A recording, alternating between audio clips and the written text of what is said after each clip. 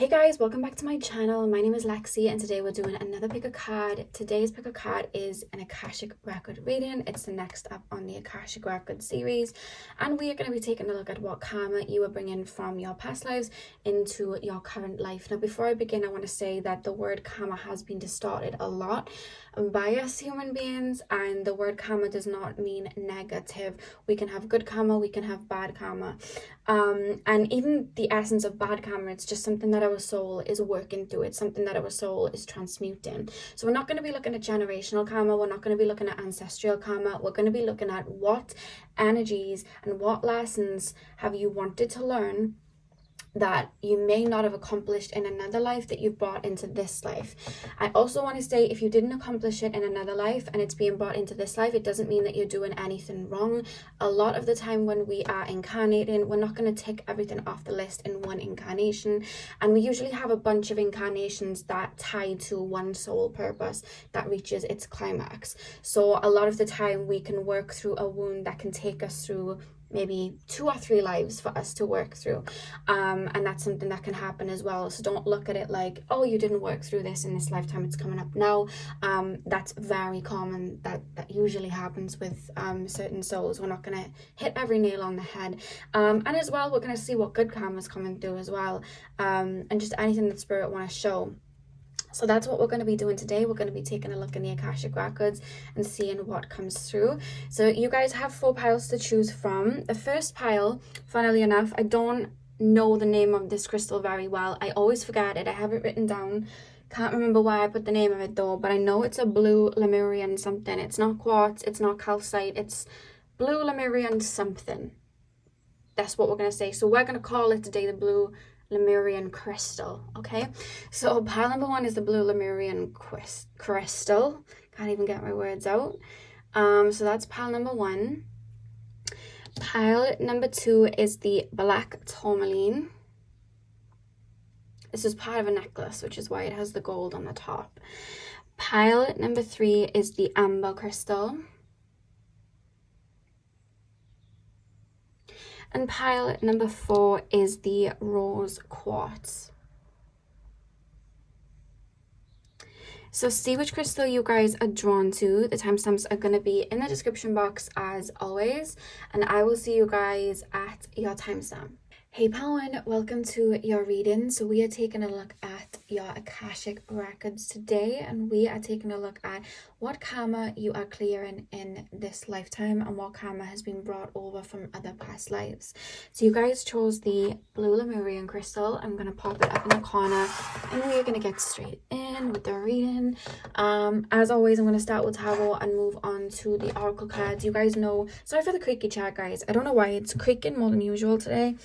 I'm not sure why, but like I was saying, with these types of readings I prefer to go off of just pure channeling and maybe some oracle cards. So I'm not going to pull as many tarot as I usually do unless the cards literally just fall out and they want me to read them. So that's what we're going to be doing. So pile number 1, please spirit guides, tap me into the collective of my pile number 1. Spirit guides, tap me in to the collective of pile number 1s and tap me into the Akashic records of my pile number 1s. What past life karma are they clearing? I feel like the specific, because they're taking me to like a specific life for a lot of you.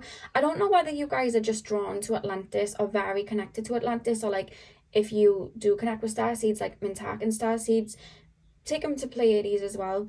But they're also just taking me to bodies of water. I don't know whether you guys have a fear of water or whether you love water, and it's to do with a lot of your past lives. If you fear going in water, you may have passed away or had like scary experiences with water, but if you literally love it, it's because you were literally you either lived by the ocean or by like a really big lake, or you worked with water in past lives and connected to water in past lives. There's something like really, really strong about that coming through for some reason. I just feel like it will resonate for you. Pile number 1, you may be my water pile. You may be my water pile. Pile number 1, please spirit guides, Tap me into the Akashic records of my pale ones. Tap me into the Akashic records of my pale ones. What karma have they brought over from past lives into this one that they're clearing? We have the 9 of Wands. I just heard witch trials, like witch hunt. Pile number 1. I'm hearing Happier Than Ever by Billie Eilish for some reason. That's something that they're telling me to place 4, so I'm going to place 4, that's fine. They're playing Happier Than Ever by Billie Eilish. For some reason, I don't know why. There's a strong emphasis on boundaries that you're learning in this lifetime though, but it goes deeper than just boundaries. Page of Cups. And then we have the 3 of Wands at the back of the deck. Now, okay. One thing about you, and this is something like literally no one can take away from you, and no one's been able to take it away from you in other lives as well, is that you do have a very direct line to spirit, and you are a very pure soul. Now, what I mean by pure soul is that you very much work for the light. It feels like light worker in every sense. Like, you work for the light. I feel like you really do see heaven on earth a lot of the time. I feel like you can like look at a tree and really understand it. You have a very pure soul, a very pure heart. You really have a lot of empathy for people. There's a strong emphasis on animals that you would have had in past lives too. It's like you have empathy for everything. You take other people's feelings into consideration a lot. And I'm being told the reason you do that is because you are a very evolved soul. And the more evolved you get, the more you ascend spiritually in in different realms. Where you're connecting deeper and deeper and deeper to source. And the deeper you connect to source, the more you realize we are all one, because we're all cut from the same thread. And you're very, very connected to that energy and that sentiment of we are all one, we are all connected. The universe, God, whatever you want to call it, that is love. We are all expressions of it. The universe is the seed. We are all the leaves. But initially, we're all part of the same whole. So you see everybody and everything as your equal. Even if it's just like a rock, like I'm hearing Colors of the Wind by Pocahontas. I know every rock and tree and creature has a life, has a spirit, has a name. Like, you literally see it because you see everything as a reflection of you. And you see everything as a reflection of the higher realms, because I do feel like you feel very angelic. Like, you are from the higher realms. So when you come to earth and you incarnate in this life and in any other life, you see everybody as a reflection of you. You see everybody as a reflection of the light. You see that even when people are moving about life in their shadow elements, you still see the light in them, because you're from an angelic realm where you can see that pure essence of everything, and you understand that this person's a reflection of you, and you understand that this person has trauma, etc., that can make them act out of wounds and project onto you. So you always see the brighter side. And in a life that they're taking me to, and I feel like it's something they're telling me, the number 3, so it could be the last 3 lives you've had to deal with this, of like people in the earthly realm taking advantage of the purity of your soul. The essence of you, there's like a Pisces element, like the essence of you being able to see beyond the traumas, the triggers, and see beyond that and see people as a reflection of you. The essence of you doing that, I feel like people have seen that in you because you've been very open with it, and I feel like you've been open with it in this life, and people have thought, okay, with their manipulative brains in the 3D, have thought, I can talk over this person, I can make this person do what I want, I can make this person feel bad for me, I can manipulate. And in ways, in your past lives, you've almost pulled a wool over your own eyes, ignoring red flags, because you saw the beauty, you saw the higher perspective of everything. And what you've been learning in your last current incarnations is, yes, we are all reflections of each other, and yes, there is purity in everything. But when we are in a 3D realm, when we are in an earthy realm, we can use this knowledge of seeing beyond and seeing the light in everybody, but not allow it to distort what is actually in front of us, because there are different rules in the 3D, in the physical realm than there are in the higher realms. You've only got to look around to see that there is a lot of darkness in the 3D, that there is a lot of corruption and distortion in the 3D, and that people are out here manipulating and using their own intelligence to point out people's blind spots and point out people's weaknesses to manipulate. And people aren't all that they seem. People can lie in the 3D. In the higher realms, you can't lie because you see through it, because energy is the spoken language, and you can't lie with that. But then coming to the earthy realms, it's almost like in the past couple of incarnations, you've used the same logic of the higher realms in the physical realms of, I'm going to speak the truth because I know nothing else to be authentic, and then thinking that the people around you were going to speak the truth and be authentic, and then believe in words that were said, when in actuality there was and it doesn't always have to be a dark thing of hidden agendas. It could be that person was saying one thing but meaning another, or saying something but then was too scared to live up to the potential of what they were saying. There's so many layers to it. It doesn't have to be this person's manipulating you, but people don't always want to live up to their potential or their desires, whereas you're very authentic and you'll go after it because you live by the logic of the higher realms. But what you've been learning in your past incarnations is to ground yourself into this physical incarnation, ground yourself into the 3D, and get wise and quote unquote, they're using the word hip, like get hip. So I've never used that before. Get hip to how the 3D world think. Because when we're in the 3D, we are experiencing a life of individuality. We're experiencing a life of me, myself, and I a lot of the time. And we forget the interconnectedness. And you remember it, but you could use that to your advantage and use that to aid and guide you, but also I keep using the word hip, be hip and aware to other people and their wounds. So you can see the higher perspective, and then you can use that cosmic intelligence to see the shadow side of them and be able to maneuver in that sort of way. Like, that's something that you're learning to do. But to be aware that there is this darkness, to be aware that there are people that manipulate. While incarnating, you would have had to go through a set of experiences where maybe people have gaslighted you, where maybe people have taken advantage of you, and it's happened to show you where there were cracks in your foundation, to be aware of that and become intelligent to how people move and master that. Because your mind would not naturally think to be sneaky and manipulative and looking at those things, because you naturally live in an essence of truth and light and, like I said, purity.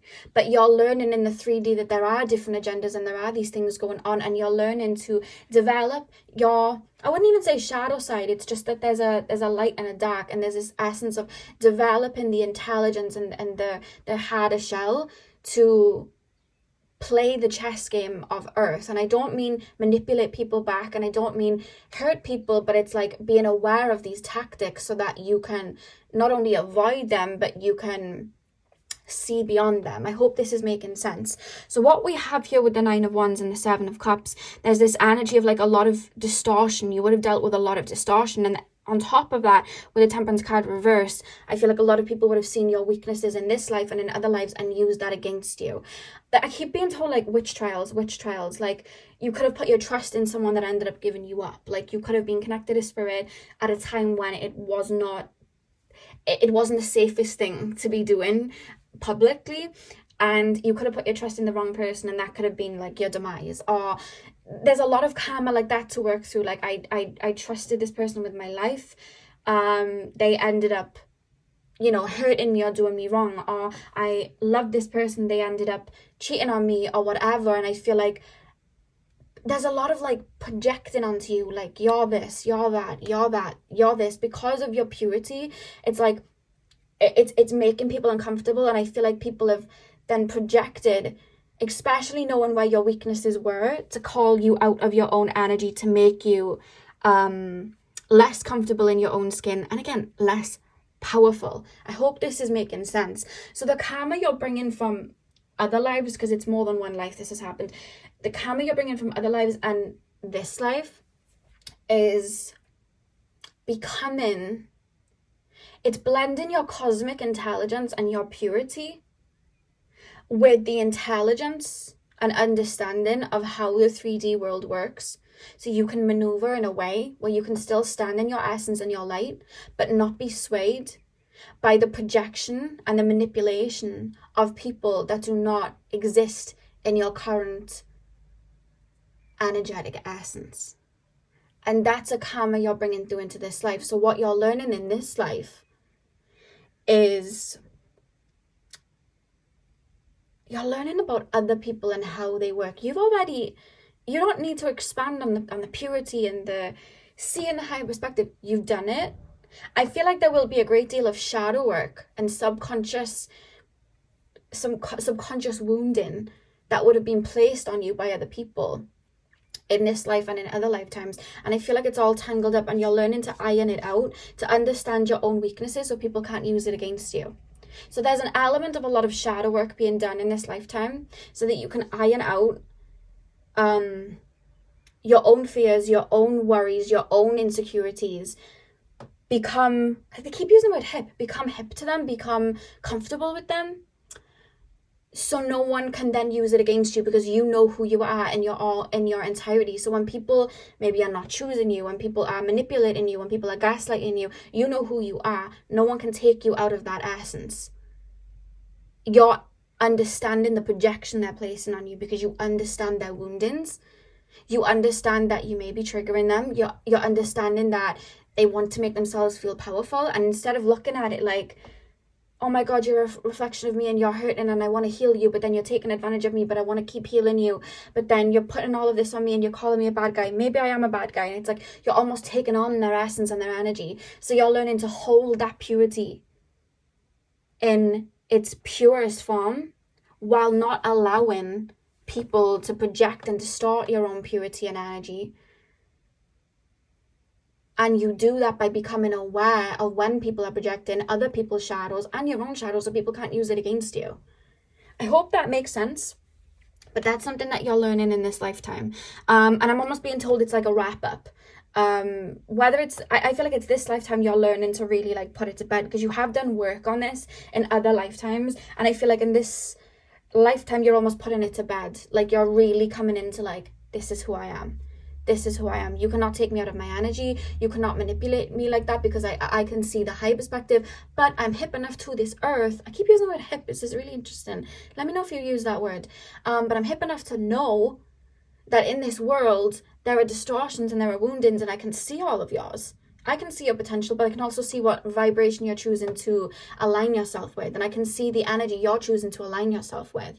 And I can see what you're trying to project onto me. And I can see everything that you're doing. So I'm not going to take that on, and I'm going to keep standing in my essence, and I'm going to do more of standing in my purity. You can't take that away from me. You can't take my own essence away from me. So learning that when people project onto you and take your energy away from you and trigger abandonment wounds and all of that, all it is the illusion of disempowerment. No one can take you out of your energy if you do not give them the right to. And no one can really use your weaknesses against you if you already have your weaknesses on lock. Because the shadow self doesn't dissolve when you do shadow work. The shadow self stays there. But you are in control of your shadow self. You understand your shadow self, and you allow your shadow self to work with you. And your shadow self then can help you become aware of when people are manipulating, of when people are trying to use these things, because your shadow self will start to get triggered. You can feel it and you'll go, wow, that person's trying to do this. That person's trying to do that. Not today. Not today. I know who I am. This person's calling me a narcissist because I'm learning to love myself, and now they can't benefit from me anymore. Am I a narcissist? Wait, they're trying to take me out of my energy. Not today. Not today. And there's almost like a fear of like you expressing who you are, and a fear of expression because of ridicule, or because of, I feel like even worse in other lifetimes, like witch trials and people taking you out. You know what I mean? Like, I can hear spirit, okay, we're gonna lock this person up. Or you know how it was in the old days, oh, I work with herbs, witch, let's kill a person. Like that's literally what would happen in those lifetimes. Or if someone was really powerful, they'd literally take them out. Look what they did with the royal families and people on the throne. They were taking out cousins and family members. No life was spared. You know what I mean? So it's like there's this feeling of like, I want to hide in my shell. One, because of how distorted it is here and it's scaring me, but on top of that, I want to hide in my shell because I be myself. I could get taken out. You know what I mean? I could get taken out. And I feel like you're learning to just stand in that essence of like, you cannot take me out. I'll just come and incarnate again. Like, you tried to take me out 2 lifetimes ago. I'm still here. You know what I mean? So there's a feeling of that, and that's something that you're learning to stand in your power. Like, you can try and dim my light. You can try and make me fearful, but that is only illusion that you're projecting onto me, and you cannot make me fearful, and you cannot make me dim my light without my own, what's the word? Without my own, I forgot the word. Without my own acceptance. I've literally forgotten the word. You guys will probably know what I'm talking about. Without me green lighting it for you. I've literally forgotten the word, I'm sorry. But that's literally something that you've learned. And with the temperance reversed, I almost feel like people have used your kind nature, your purity, your sweetness to get you to almost be a slave to them in a way, to give to them, to heal them, to nurture them, to get what they wanted out of you, because you are this direct line to the higher realms. So it's like, I need soothing, I need healing, I need this person to big me up, I need this person, I need this and this from this person. And it wasn't always a hidden agenda. People would have just been drawn to you, and you've gone yes, but then it's taken you out of your own element. So what you're learning to do in this lifetime, and they're telling me to do it, pour back into yourself, so that no matter what happens, no matter what is thrown at you, nothing can break your essence, because you decide what breaks your essence. And with that being said, it's like, do you see how he's watching over everything here with the Three of Wands? You're able to have a higher perspective, but you're also able to see beyond the triggers and the wounds and use them to your own advantage. And again, I don't mean manipulate, but you can use them to almost empower yourself. Okay, I'm triggering this person in this essence. What does that mean for me? And I have, like, there's this feeling of like, you're such a divine reflection. You're like a strong empath, like you're mirroring so much. And whenever you incarnate, it's like that, like people are going to project. So there's almost this, the Three of Wands is reminding me of, like, if you've ever seen Mean Girls, Regina George, she's kind of like standing in the school and everyone's rushing around against her, fighting and everything. And she's just stood there all calm watching everyone. And there's almost this feeling of that, like, being,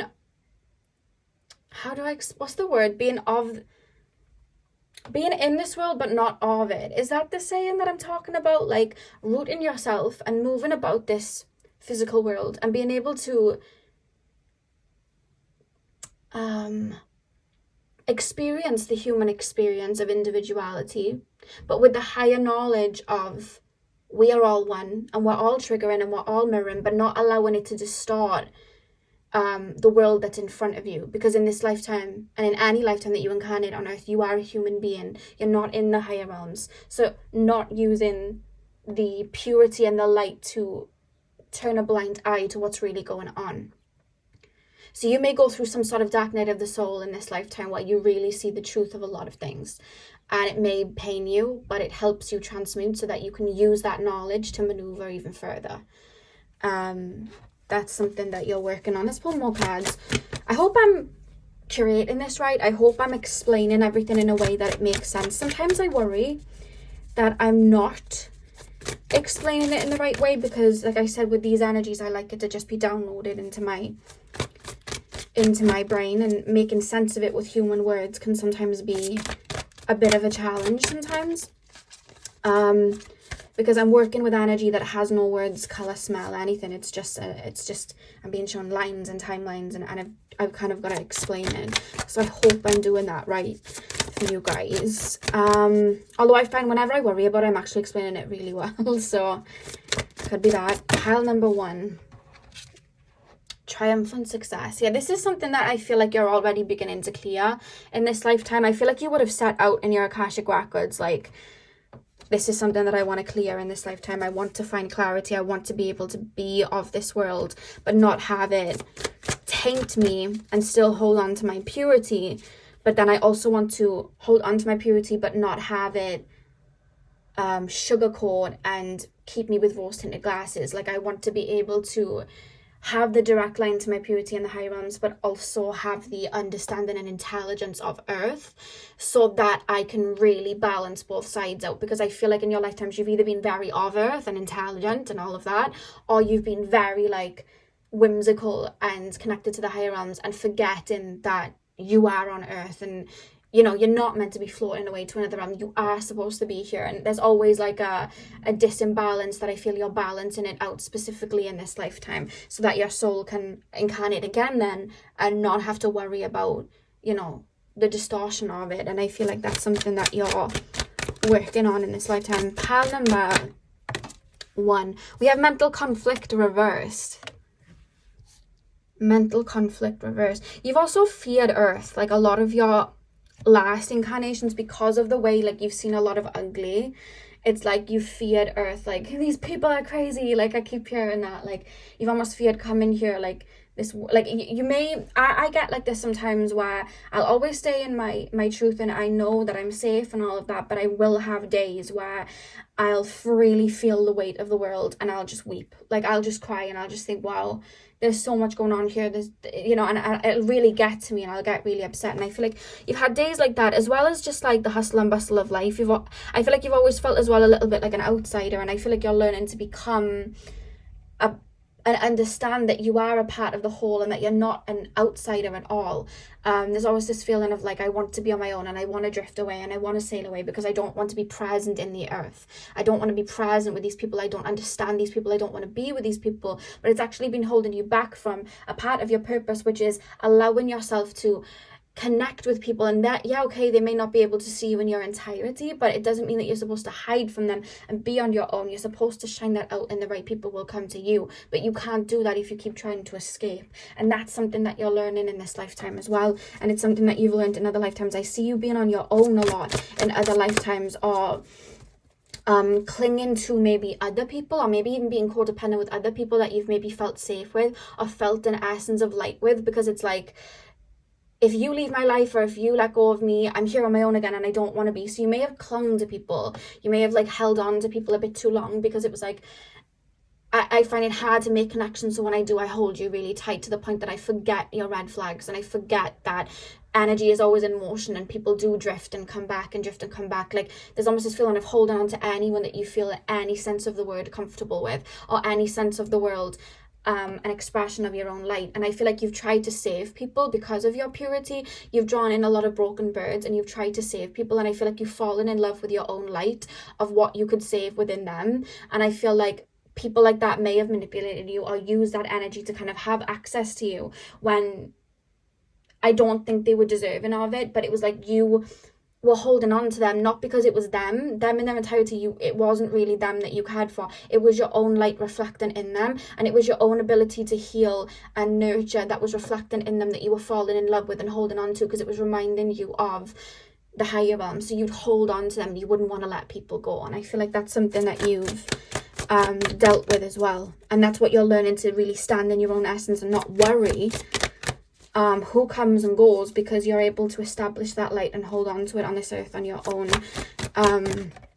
knowing that it's all temporary. There's an essence to you, like it's all temporary. Yeah, look at that, emotional withdrawal. And we have the beach here, and I was referencing the beach at the beginning. Emotional withdrawal. You may have a lot of 8th house placements. We have the number 8 up here. And look at that, we have the number 1, so I'm thinking of like the first house, and we have triumphant success. So it's almost like establishing who you are as your own little avatar in this world, like establishing the essence of who you are, you telling yourself who you are and not allowing anyone else to distort it, and having that beautiful balance and understanding that's something that I'm being told. And then with the emotional withdrawal and the 8th house energy here with the ocean, it's like, I feel like you may even go to the ocean or like sit in water and be like, I want to go home, because it feels like home to the ocean. It feels like Mintak and like Atlantis, like even like Lemurian energy. It's like, I want to go home, I want to go back to this blissful state. But it's like, I feel like that's why water will like revitalize you then. You probably are my water pile, but I feel like you need a lot of time on your own as well, because you take on a lot of energies. But it's going to come to a point, even in this lifetime, where you're still going to want time on your own, but I don't feel like it's going to be like needed as much as it may be now or in your childhood. You'll still love it, but you'll be able to hold your own and hold the frequency of that water and that element in the busiest of places because you would have mastered it. That's what you're learning. We also have rest and rejuvenate as well. Yeah, it's just the purity of nature and animals that you're really, really drawn to. It feels like home, but you're learning that Mother Gaia, there's more to it, and these human beings, you want to maneuver against them. It reminds me, there was a part of my ascension, like, because a lot of my life I just didn't want to be around people. And I got to a part of my ascension where I actually wanted to be a bit more extroverted and be around people. And I was laughing with my spirit guides because it made me think of, I don't know if you've ever watched The Office, but Michael in The Office, he always eats his food on his own. And then he decides that he wants to eat his food with all of the other people at the office because he's the boss. He wants to eat food with all his colleagues, and he's obviously on the confession kind of thing that they do throughout the series, and he goes, I decided I want to have food with these people. I actually want to, spend time with these people. And it was like, I was saying to my spirit guides, and I was laughing about like the expression of The Office, because it was like, I always wanted to be on my own, and then I had this kind of curiosity and understanding of human beings to the point that I didn't feel like they could sway who I was anymore. And I remember saying to Spirit, like, you know what, these human beings, I want to spend time with them. I actually want to give them a go. I actually think maybe we could, it doesn't even matter if they're not too connected to Spirit. I just want to mingle and see what they're all about. I think it's time. And I was laughing about it because it was just funny the way that it kind of curated. And I feel like that's a point of life that you may reach in this lifetime. Like, I can go into a supermarket and just stand there because no one can taint my frequency, and it's something that you're learning. We also have temptation here at the back of the deck here. So the thing is about escapism, we can find escapism by just like being on our own and going to the high realms, but we can also find escapism in vices, in alcohol and TV and gaming and food. For me, it was food. I'll say it out loud. Mine was food. I suffered with, binge eating a lot of my life. It was the way I kind of escaped. And I've seen a lot of people around me and they've escaped in other things too, and I feel like you may have dealt with that. It's my way to escape in this life. I need a coping mechanism, but then it'll get to a point in this lifetime where you don't even need a coping mechanism because you're able to withstand your own energy. And I feel like some of you guys may even overcome some sort of an addiction in this lifetime, and it could be just the addiction of escaping somewhere else and not wanting to be present, or it could go a bit deeper than that. But I feel like some of you guys may overcome that in this lifetime, and that's something that you're working through as well, being completely present but still holding that beautiful frequency. You may have felt very betrayed in this lifetime by people. You may have felt that you've been lied to a lot in this lifetime or rejected by people, you know what I mean? And it was the case because, your experience of it was valid, but also it was to show you that you are enough in your own essence, and your light is worthy of shining the way that it is. The way that you romanticize sometimes and the way you see that light, it's got its purpose, but you also are learning to become balanced, and not everyone sees the world like I do, and I need to remember that to balance that energy out, because people will take advantage if they can, because in this world, in the 3D, specifically where we're at right now, there is a lot of people like me that are living and see people as a reflection of themselves, but there are also people that, it's kind of like dog eat dog sort of thing. And I feel like you're learning to balance both. Not that you'd go out and hurt anybody, but that you're aware that if someone comes to you with that essence, you're able to see the red flags and not just see the higher essence, and not just give the benefit of the doubt because you see the higher perspective, because people can take advantage of that when they see it, and that's something that you're learning. Pile number 1, final card please, spirit guides. Pile number 1, Akashic records of pile number 1. What karma are they bringing from one life to another?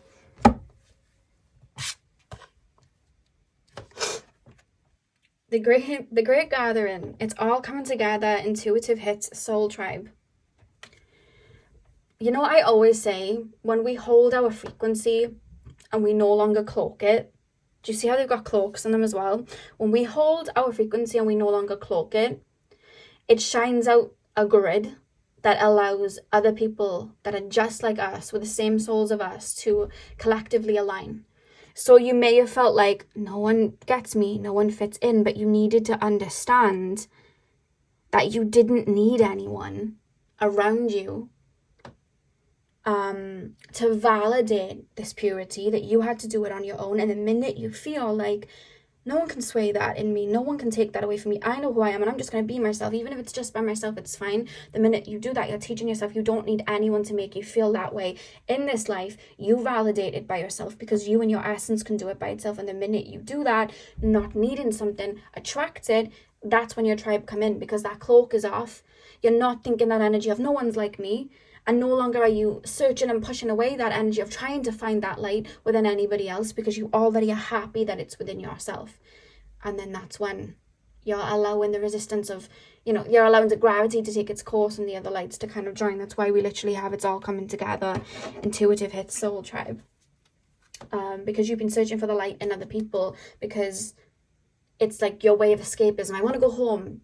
When I heal this person and this broken bird, I'm able to feel like home. So I'm going to keep doing it and keep doing it, because I'm searching for that light in everybody else, but actually it's in yourself.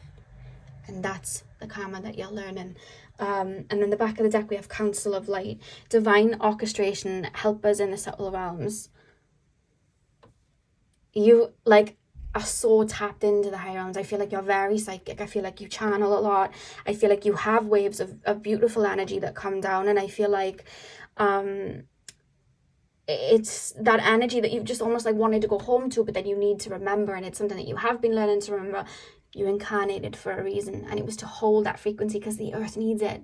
You know what I mean? To hold that frequency. What is that? Let me know the saying. It's like to be of the earth but not of it, or to become the earth but not be of it, or to move among the earth but not be of it. There's like a saying like that. If you know it, comment it, because it was coming through. But that's something that you're learning karma wise. And the fear of standing out and shining out and just being you. The fear of being seen, wanting to hide in your shell. This world is scary, I don't want to be here, that sort of thing. You're learning to break that, because you determine who you are, and you determine that safety, and you know that just you and your essence alone, you know what I mean, is enough, and you don't need anyone to validate it, and you bring your own feeling of safety to yourself. That's what I'm getting for you, pal one. So I really hope that you enjoyed that, and I really hope it resonated. Hit the thumbs up and comment down below if it did. I'm sending you guys all of my love. I hope you have a beautiful morning, afternoon, evening, whenever you're watching, and hopefully I'll see you guys in my next video. So thank you guys for watching. Hey pal 2, welcome to your reading. So we are taking a look at your Akashic records, and we are going to be taking a look at what karma you are bringing in from past lives into your current life. So you guys chose the black tourmaline. I'm going to place that up in the corner, and we are going to get straight in. I'm going to start with tarot, and then we're going to move into your oracle cards. So pile number 2, please, spirit guides, can you tap me into the collective of my pile number 2s? Spirit guides, can you tap me into the collective of my pile number 2s? You're very intuitive, pile number 2, and I do feel like you have strong psychic foresight, whether you realize it or not. I think it comes in the form that you're quite connected to your Akashic records, and I feel like you do have that higher intelligence and higher knowledge like within you, so you can see beyond the present and what's physically going on in the present. I feel like you'll have visions of the future, but also you just have this inner knowing of like what's to come sometimes before you step towards a situation, because you have that psychic connection, because you are connected to your higher self quite closely. So you have that understanding of the Akashic records and certain pinnacles and pinpoints and truths of what certain relationships are going to be like, or friendships are going to be like, and that can be a blessing and a curse for you sometimes. But I feel like that's something that you're very connected to and aware of.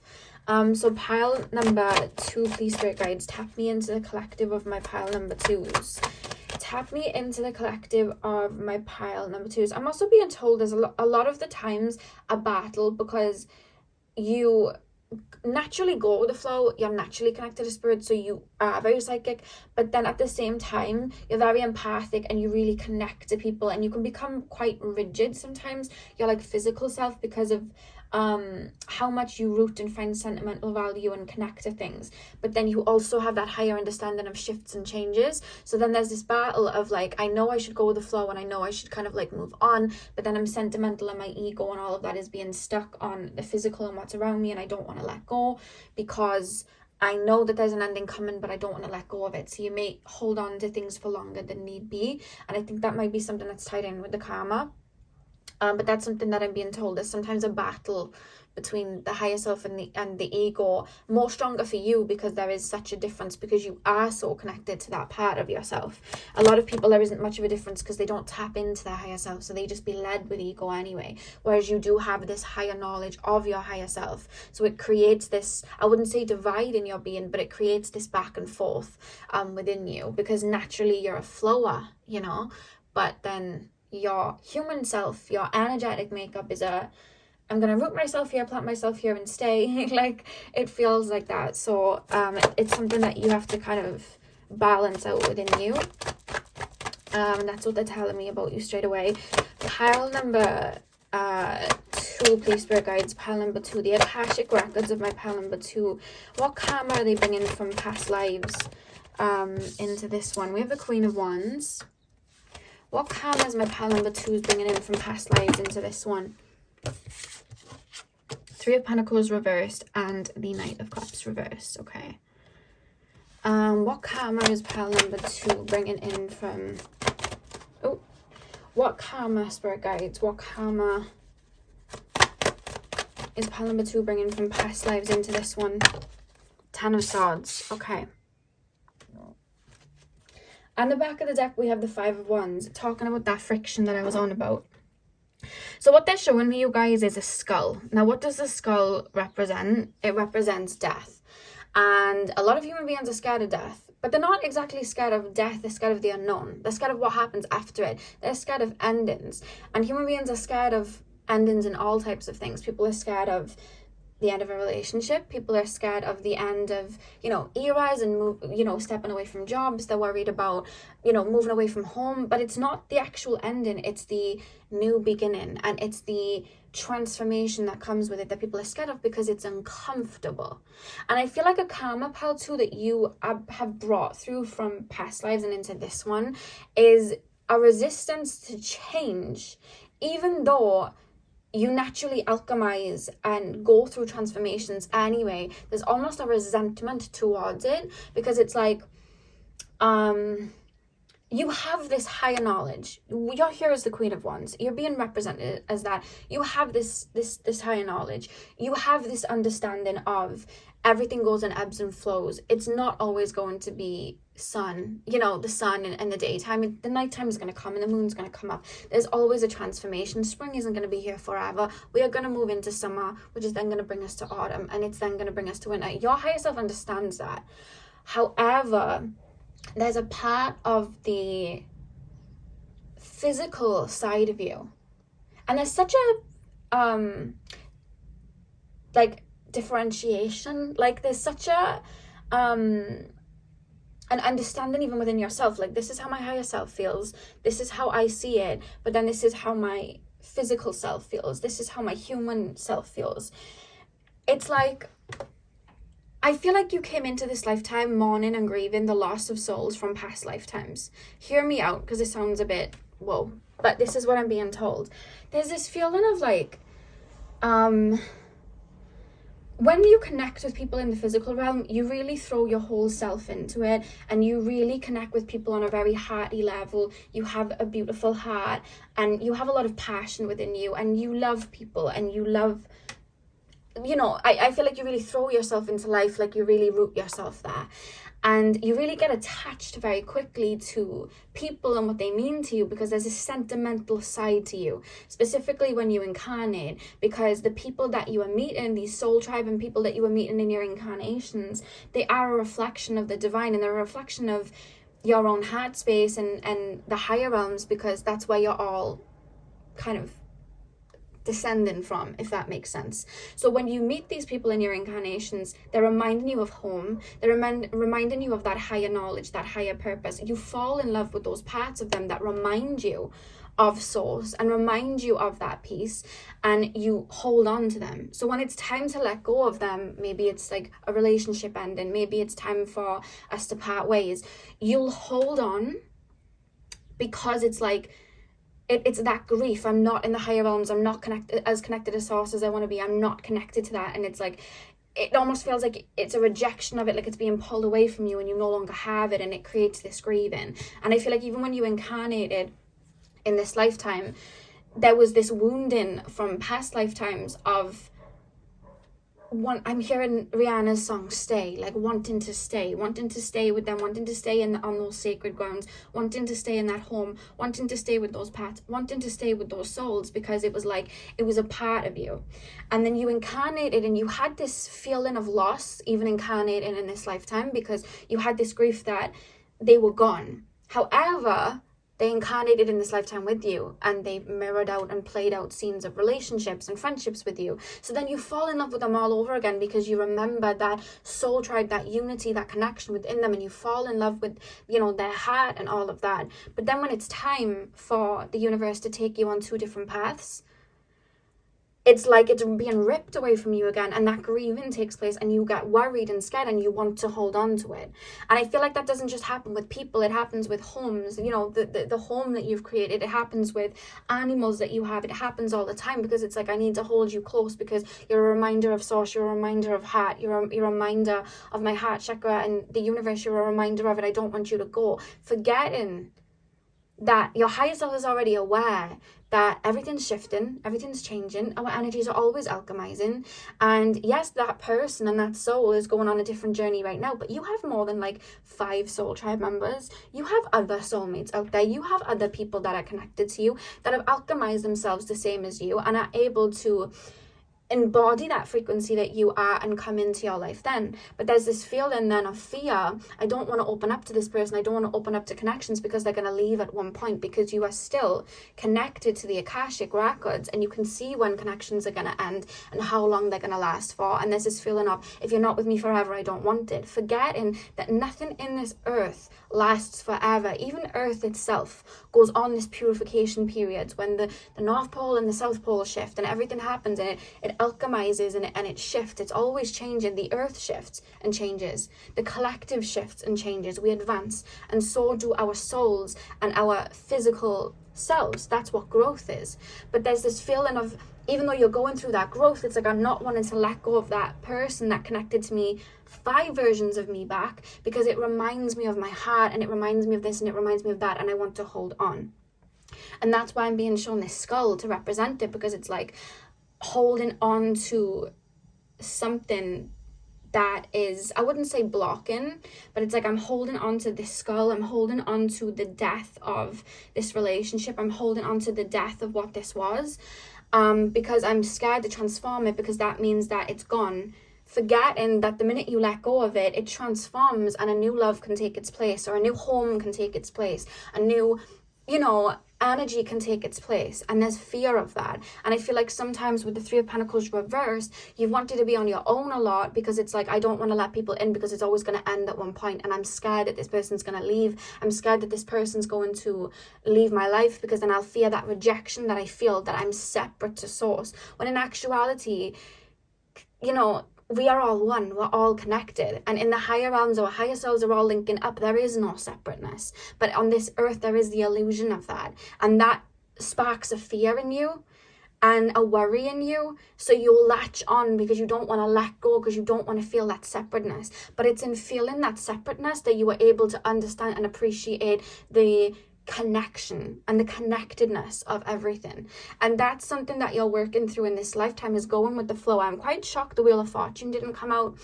You're learning to go with the flow. When we look at like the 10 of Swords, for example, you look at that and you worry and you think, oh my God, 10 of Swords, like transformation, death, being stabbed in the back, oh my God. But it's through that pain and that transformation of that has us alchemize into the new. And there's this feeling of not wanting to bring the new in, because it's like, but then I'm going to be on my own and I'm going to feel that loss again, and you're feeling uncomfortable to tap into all of that, because it's like you're avoiding an emptiness or a isolation or a loneliness, and it's like you're avoiding that grief, but through that grief you're able to bring it meaning and bloom more flowers. And I feel like that's something that you're working through, balancing what the higher self already knows and then what the human self wants to hold on to, because to make sense of this world you want to hold on to things that remind you of the light, forgetting that light was within you. And the connections that you made with those people, you made those connections, you brought those connections meaning by them being in your life, you brought them meaning, you know what I mean? So it's like there's always going to be that transformation when that person leaves and you're on your own, and you feel that stillness and you feel that loneliness. You can bring that meaning in itself, and then when new connections come in, you can bring a greater meaning there. And there's like this feeling of not wanting to let go of that. You remind me of the light, you remind me of all, like, and it's not even just people though, it's like periods in your life. Remember when I felt really good in 2019 and everything was going great, and then thinking back to that period, like, remember this, remember that. But the whole process that you're in, currently then may be going through a void stage and transforming, but then you're wanting to rush back to that state instead of really acknowledging the feelings that you're feeling in this moment, because the minute you do that, you'll be able to be transformed and brought like a tidal wave back to the shore on a new island with new great memories that you can look back and reminisce on. And there's this feeling of balancing that out. Life ebbs and flows, everything shifts, everything changes. We're always spiraling in circles. It's not going to stay 3 o'clock forever. It's going to be 4 o'clock, 5 o'clock, 6 o'clock. But we don't all as a collective try and switch the clocks back to 3 because we want it to be 3 o'clock again. So we have more time, because we respect that it's, it's shifting. The night's going to come up. It's time for us to sleep. It's time for us to rest. And then there's going to be a new day. We can't go back and change that. We can only acknowledge and be grateful for the experience we had the day before. And it's something that you're learning. I want to get deeper with some oracle cards. Before I do though, I'm going to bring them over. But like, Spirit, why have we got the Knight of Cups like reversed? I know it ties in, but I just want to look at it individually a moment. Like, why? Yeah, it's like being scared of the void phases in your life and being scared of the isolation in your life because it makes you feel emotionally unfulfilled. I can't find the light here, so it's scary. I don't want to process it. I don't want to do that. Whereas it's in those moments that we clear out and make room for more beautiful flowers to grow, more beautiful experiences to grow on an even deeper level. You know what I mean? It's like fear in the winter phase of connections with other people and our own winter phase. And it's something that you're learning to do. And it's crazy because I feel like out of all the other piles, you are also the pile that has gone through the most transformations. And I find that happens like when we fear something the most, and when we don't want something happening the most, it tends to happen to us the most, if that makes sense. Because that's a crack in our foundation that needs to be filled with love, light, and peace. So it'll keep happening until we, bring it that peace. And I feel like the karma for you is surrender into the ebbs and flows of life, and understanding that everything in this 3D material world does not last forever, but with the higher knowledge that energy doesn't die, it's just transformed into something new. So what looks like a death in 3D is actually a transformation, and I feel like you're balancing that out in this lifetime, because I feel like you'll step towards connections, and it's like with that psychic foresight you can see that maybe that connection isn't going to last for 10 years, it's only going to last a year, and then your response to that is, well, I don't want to be in a situation that only lasts a year and I learn things, because what's the point? But the point is you could have had a beautiful experience with that soul, learned situations, learned energies, and then had it like pass through, and it would have put you on another step deeper to finding someone that is even more aligned with you deeper. But to get there, you had to go through that experience with that other person. But then it's like 3 of Pentacles, I'm going to be on my own, I'm going to stay on my own because I don't want to feel the ending of that. I would love the beginning of it and I'd love the middle part of it, but if it ends, I don't want it. Forgetting that, like, nothing lasts forever. And if we always thought like that, we wouldn't even incarnate on earth, because at one point our journey on earth is going to end and our physical body is going to come to its end, and we wouldn't even incarnate anyway, you know? So our soul would be like, I'm not going to earth because it's going to end at one point. Well, that's the point, you know what I mean? Because then we have other journeys to partake in, you know what I mean? So it's I feel like you're learning to balance that out and just go with the flow of life, and that's a karma, but it's a fear and a trigger at the same time, because there's grief then of holding on to connections even from other incarnations, and wanting to hold on to them, because it's like, you're gone, but they're not gone, you know? They're not gone, and you're learning to balance it. Pile number 2, please, Spirit Guides. The Akashic Records of Pile 2. What karma have they brought through from other incarnations into this one?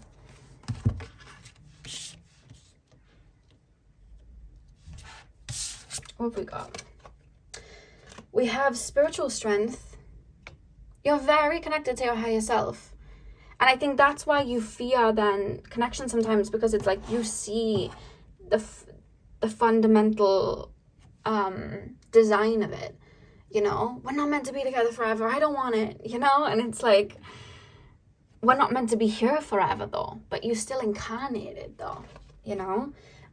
Stand your ground. I'm not saying like, if you know something's going to be really bad for you, don't, you know, like obviously if something, you can see something's going to be bad for you and karmic, and you've already learned the lesson, then of course, you know with your intuition to step away from it. But I'm on about just like beautiful connections that may not last too long, but then you're fearing that it won't last too long. That's what I'm talking about more so. Pile number 2. Look at that, spiritual union. It's like, it's almost a thing as well, like I fear a deep connection with someone, because then there is the possibility of it ending, and I fear that being ripped from me because of the grieving that will take place, forgetting that love is eternal. Love doesn't die. And to have a connection with somebody like that, and feel those feelings, it's a blessing that shouldn't be feared. We could lose the earth right now. We could lose these physical vessels right now, but we take the risk to incarnate because we want to experience life. And we take the risks and vulnerability in relationships because we want to experience love and share love. But there's never insurance on that we're not going to have to let go at one point. But that's the beauty of the ebbs and flows of life, you know? Life's meant to be like a stream. And that's something that, you know, is coming through. You had 2 cards that popped out as well, which was accelerated motion. And then we also have the crown chakra as well. Let me just take a look at the back of the deck and we'll get into these cards. Firm foundation. Yeah, you're learning to balance both sides out. I'm hearing like you're learning to balance the sun and the moon, the cosmic intelligence with, you know, life itself and connections itself. It's like stand your ground. You're wanting to like hold on to what I feel like it's even with like houses as well. Like you don't want to move house, so you don't want to step away from that family member, or you don't want to let go of a job or anything like that. Like it really hurts you to let go, because it's like that grief of emptiness, that I feel remnants, how you may feel when you incarnate in the physical, being separated from the higher realms, but like home is where the heart is. The higher realms are within you, you know. It was never separate, and I feel like you look for chunks of it maybe in people and situations where you can make a home, and once you've created that beauty, it's very upsetting for you to let go and honor that and grieve that, but know that beyond that is beauty, and it's you don't want to fear. You don't want to fear that. Why is this? Look at the spiritual union being right in the middle. Maybe you've been through like a twin flame experience, and the letting go part is something that's really hard for you. Having to surrender to the end of that situation, you and that person maybe not ending up together, even though you soulfully feel connected to them, even though they feel like a soulmate and they feel like a part of you, it's like, it's hard for you to accept that maybe on this earth something may not blossom, but you forget that there is leeway to have something else blossom. And I'm hearing Rihanna's song Stay, and I'm hearing two Aragitas, the Encanto song, where they sing about the butterflies like going apart so they can reunite. And he sings, ay Aragitas, don't you hold on too tight, both of you know it's your time to grow apart, to reunite. Wonders await you just on the other side, trust and you'll find something your way to tomorrow. That's the lyrics. And I just feel like you're learning to be in the ebbs and flow of life, and I think that's the karma that you've definitely brought through. Look at her looking up at the star. It's like it's a remnant of the connection to source that you have, and that hearty energy that you have. It's like, to let go of this connection, it's showing me where there is still a void, where there is still an absence of this light. It's like a homesick energy. But I keep hearing home is where the heart is, home is where the heart is. You're learning to be rooting and grounding yourself in this world, and creating that safe space and that beauty within yourself, so that when life comes and flows and people come in and out, you stay good, you stay Gucci. You know what I mean? Because that energy is eternal, and even if you don't see someone again in this lifetime, you'll see them in another lifetime in a different form. It's never the end. There is no end and there's no beginning, in the words of Jhené Aiko. And that's the karma that you're working through, grief and the death of what we know and what is comfortable. Pile number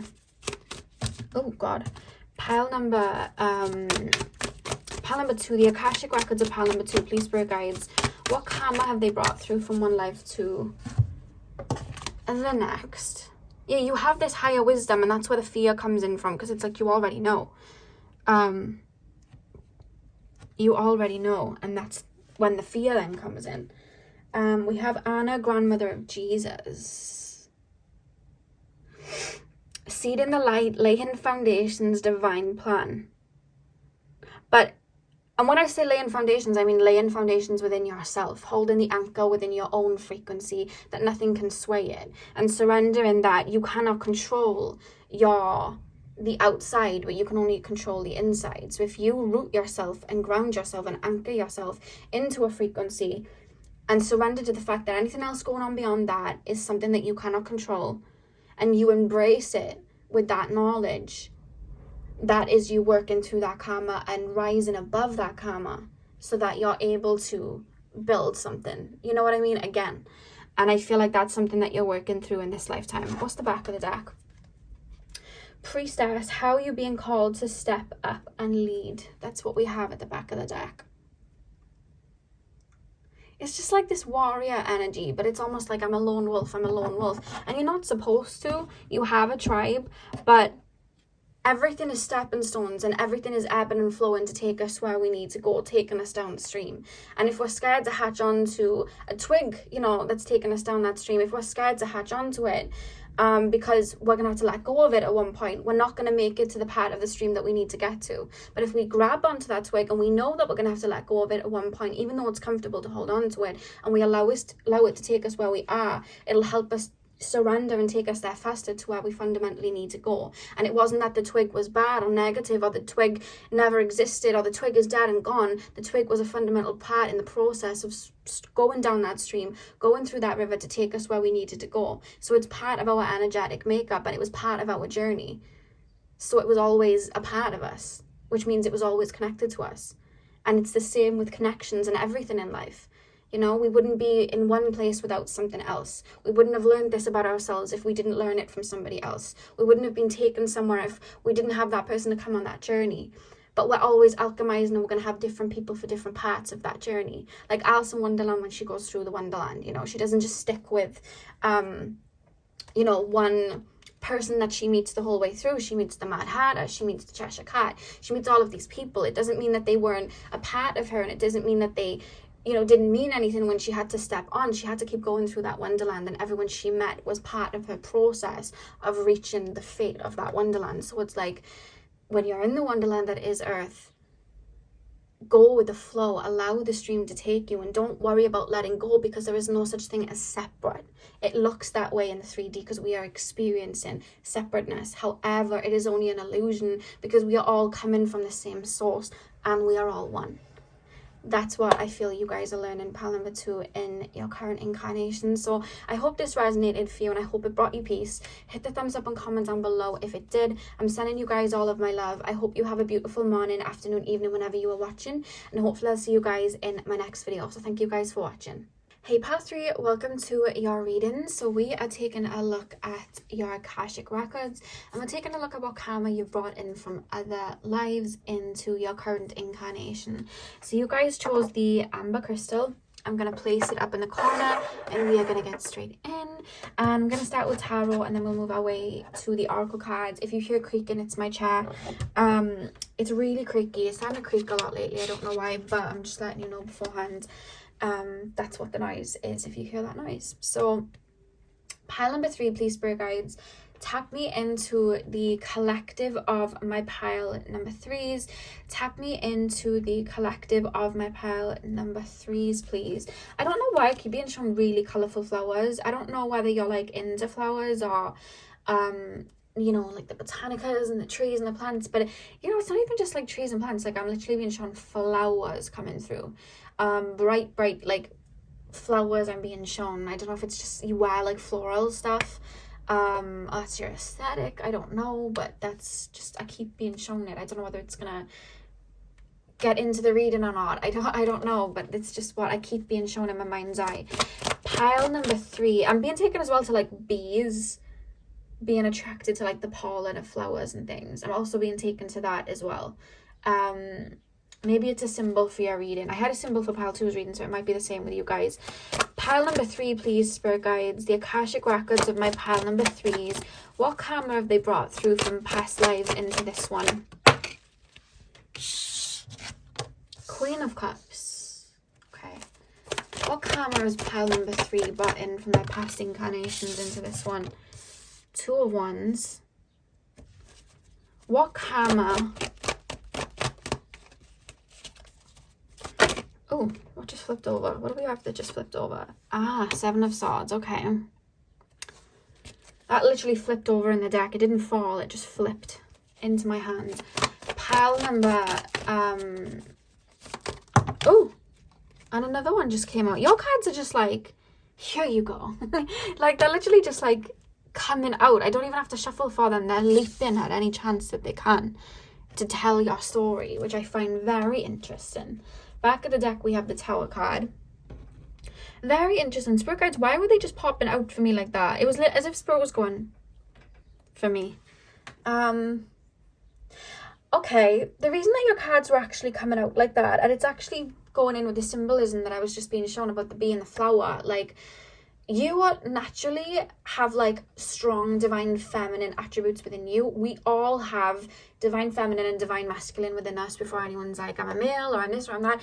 No matter what gender, whatever you see yourself as, we have divine masculine, divine feminine within us. However, whatever we are, you know, male, female, other, we are going to have an energy that is more dominant in our makeup that we are connected to. For you guys, pile number 3, it is the divine feminine. It is very, very strong within you. That alchemization, that mystic, it's very strong within you.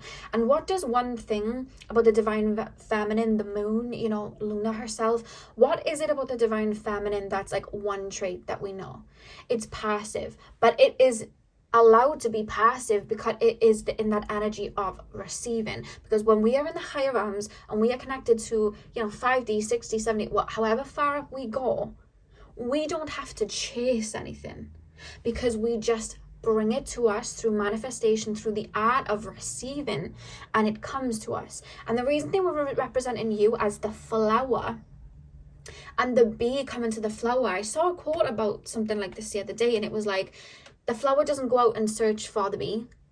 The bee comes to the flower when it needs the pollen. The bee kind of floats and it comes to that flower when it needs it, when it's drawn to it. The flower is connected to the earth. It stays stabilized in the earth. It doesn't go searching for the bee because that's its purpose, to provide pollen. It doesn't do that. It stays where it is, with the knowing that the bee is going to come and take the pollen, and it's going to be a part of that chain of what's happening on Mother Gaia. But either way, it doesn't go and chase. And I feel like a karma part 3 that you guys are working through and that you guys are learning is, how do I explain this? Let me just put it into words because I need to explain it properly for you.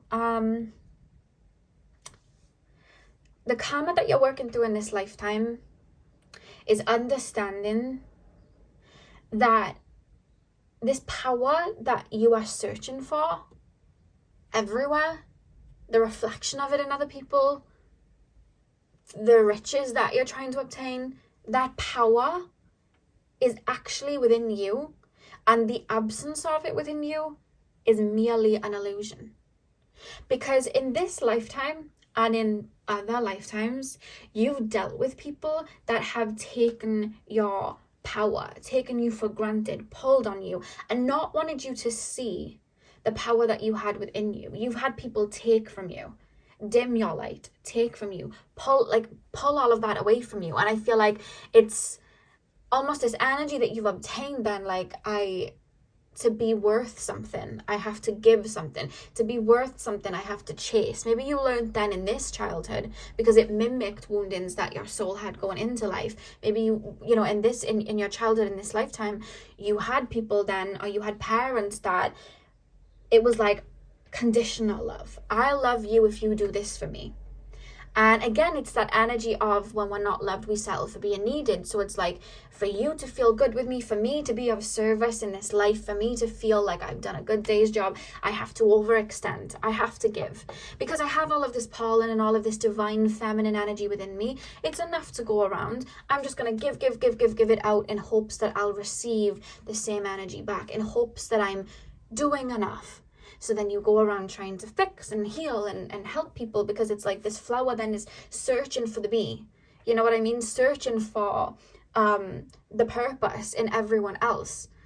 Searching for the riches in everything, forgetting that they are the richness themselves. Searching for the happiness in everything, forgetting that they are the happiness themselves. And I'm hearing Selena Gomez's song Wolves, and she sings, I've been running through the jungle, I've been running with the wolves to get to you. I've looked for love in every stranger, took too much to heal the anger, all for you. But for you that she's talking about in that song would be your own happiness, your own internal satisfaction, if that's even a word, your own abundance. You've been searching for it in everything but yourself. And I'm being shown the quote from Rumi, you walk from room to room looking for the diamond necklace that is already around your neck. You have so much potential and abundance and love within you. It's not outside of you, and you don't need to chase love, chase success for you to be worthy or lovable. You just have to sit back in your own essence and know that you deserve a beautiful love that matches yours. Know that you deserve a flower just as beautiful and full of pollen as you to grow next to you. But you don't need to go and create that. You just need to be in your own energy, and it will come to you, because I feel like you have goddess energy within you, whether you're male, female, other, you have goddess energy within you. You are an alchemizer. You work with energy very well. That's the energy of that, the divine feminine, the energy of Luna. You're able to bring that energy to you.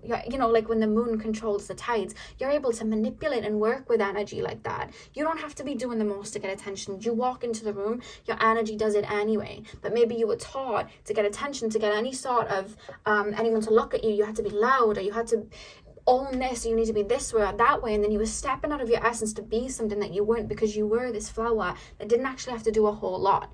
You know what I mean? You didn't have to do what the ants were doing on the ground. You didn't have to do what the grass was doing.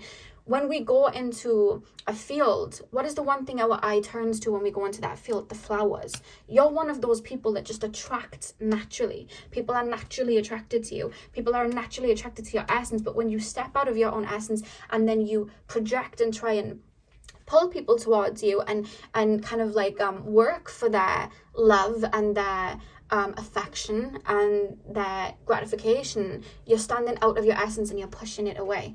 You can have all that you want if you step into the energy of receiving and knowing that anything beyond your own purity is an illusion. And that's something that you're working through, because in other lifetimes you've been pulled out of your energy and felt like, I feel like people have maybe manipulated you or bended you to the point that you felt like you had to be of service. You felt like you had to give. You felt like you had to do the most, when in actuality you don't need to be this fireball. You are this stream of water. You are this lake of divine, water and healing. Like, you are that. You don't need to burn like the sun, because you are the moon. And that's what you're learning. 100%. And with this Seven of Pentacles and the King of Pentacles, I feel like because of that beautiful pollen that you have, it's infectious, and you've had people trying to take from you, people that didn't even need the pollen. You know what I mean? Your pollen was for maybe your work or your career or something else, but it's like, instead of it just being for that, maybe other people have taken and made you feel like you have to give that out to other, the worms and the ants and everything like that. I don't know why I'm using flowers, but I am, when it was actually preserved for the bees. And I feel like you felt like, well, I have to give myself and bend this way and that way because everybody needs me, when in actuality that's you stepping out of your aura. You just have to do you, and just you doing you is enough. You don't have to prove your worth or anything like that. And that's a karma that you're working through, realizing the goddess within, realizing the power of your own divine feminine, realizing the power of just being in that energy of receiving and knowing who you are. You don't need to prove yourself to anybody. Maybe you've had a lot of projections and maybe you wanted to overwrite them. You know what I mean? But you don't even need to do that. You just need to do you. And if people project onto you, they just weren't able to understand you enough, so they projected what they thought, because they weren't able to meet you at your own level of understanding. They didn't have enough pollen in them to be able to understand why you're blooming the way that you are. I don't know why it's like flower, pollen, ants and bees. Like, I feel like you're quite connected to nature in ways. I feel like you're really connected to Mother Gaia, because they keep using that as analogies. But that's something, and that's a karma that you're working through in this lifetime, knowing who you are and knowing that what you do is enough. Standing in your own divine feminine. Why is the Tower at the back of the deck? The Tower that's fallen at the back of the deck is the illusion of projections people have put on you, and the illusion of, you must do this for me, you must do this for me, you need to do this, you need to do that for me, and you've become a slave to other people's desires, projections. Like, when you didn't live up to the expectation of somebody else, you'd feel that rejection within you, and then you try and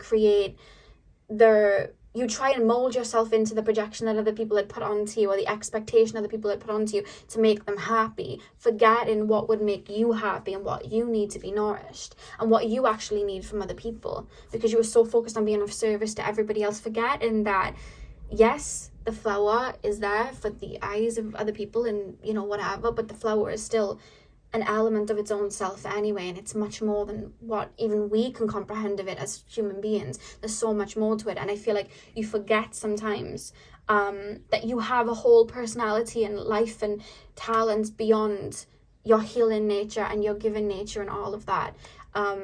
And that's something that I feel like you're learning. So I feel like boundaries are tied into it, but they're not telling me to focus too much on boundaries, because I feel like that's something you've either already worked on or you're actively working on it. That's why they don't want me to talk about it, but it is something you're bringing in from a past life, having to learn to have boundaries with people. However, you're at a point now where it's realizing who you are, beyond the soul mission that you have and beyond what people want from you and what people want to take from you, realizing the power that you actually hold within and who you are in that element. That's something that you're learning. Let's pull some more cards. Pile number 3, please, spirit guides. Tap me into the Akashic records. of my pile number 3s, please, spirit guides, tap me into, yeah, I almost feel like this energy, like, you'd cater to other people and they were so drawn to you, because again, you have that aura of like people that get sucked towards you anyway, because you have that receiving state naturally. It's just a natural ebb and flow that you have within your subconscious, so people would be drawn to you, but then they'd also like look at you like a saving grace or a healer and then project onto you.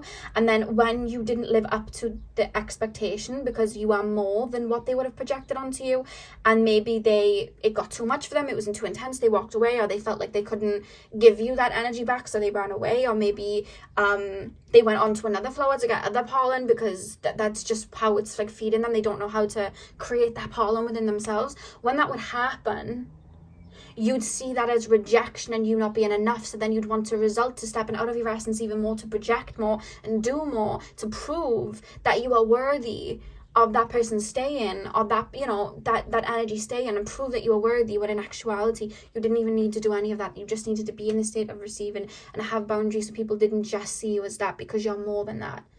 And that's a karma that you're working through. There's something about like a past life where you would have been chained to something or someone, but taught or brainwashed or gaslighted, like, this is your purpose and nothing more. This is your purpose and nothing more. So your own sense of worth came from other people and them telling you, right, you've done enough now, which would have then gone into like people pleasing and all of that, and keeping other people happy and neglecting yourself. And in this lifetime, you're going through a whole transformation of self so that you don't neglect yourself. You may spend a lot of time on your own at certain periods of this incarnation, but it's not in vain, and it's not to make you suffer. It's to make you realize the potency of your own energy and pull back into yourself, because you have that goddess nature literally within you. That's why you would have spent a lot of time on your own, because your energy is sacred, you know? So you'd go through certain situations with people enough to make you realize where there were cracks in your own foundation, where you needed boundaries, where you needed to step into your own power, but it wasn't, I feel like it would be taken away by divine intervention if it got too much, where people were just taken from you and bleeding you dry. So then you'd be like, well, why am I on my own again? Why have I been left on my own again? Because that person was taken from you, and you are learning that your own energy is sacred. That's why they're trying to pull from you anyway. And you're learning that you have to be on your own to understand that, because to get to know yourself, to understand the beauty until you literally loved yourself and understood who you were, so you could be in that energy of receiving, so that you can magnetize, so that when you step into connections and relationships moving forward, you didn't have to step outside of yourself. You stood in your own essence, and they did too, and that's how you drew each other to each other like magnets, because that's what life is. And that's something that you're learning.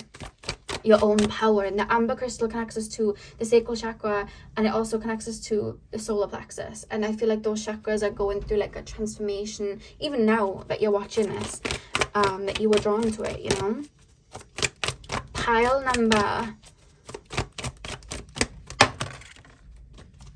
you felt like the only role you could have with people in relationships was the role of the savior and nothing more. So people just came to you for that, and then when they had enough, or they got triggered to a point, they'd run. And then it was like, why am I not enough? But you were enough. You literally have sacrifice that just popped out, like you'd sacrifice yourself for others, because that's how you felt love was, because of past life energies as well. And then your own childhood mirrored it, and then your teenage years mirrored it, and maybe your adult years mirrored it, until you were like, whoa, I keep feeling used and taken advantage of. I have more to offer than just this. Why is it always broken birds? Like, what is this? Foundations and achievement.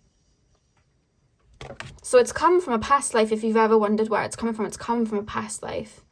There's this feeling of being tied to somebody, maybe a partner, or maybe you were like a healer or something to maybe someone royal, or to someone, or maybe like you were in a tribe and you just felt like that, you know, you were just always given, and it just became your nature, and you told yourself like, well, this is my only role.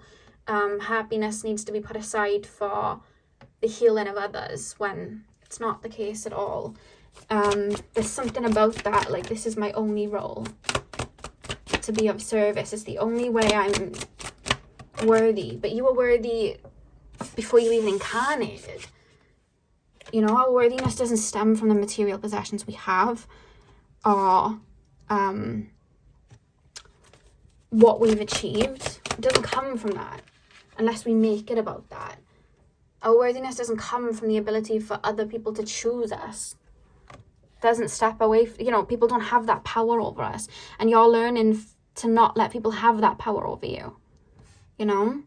Because I feel like you've dealt then with people that have emotionally manipulated you, mentally manipulated you to feel bad about yourself and then gaslighted you so that they could get some of that pollen, you know? The universe at the back of the deck. Why do we have foundation and achievements, please, spirit guides? Why do we have foundation and achievements?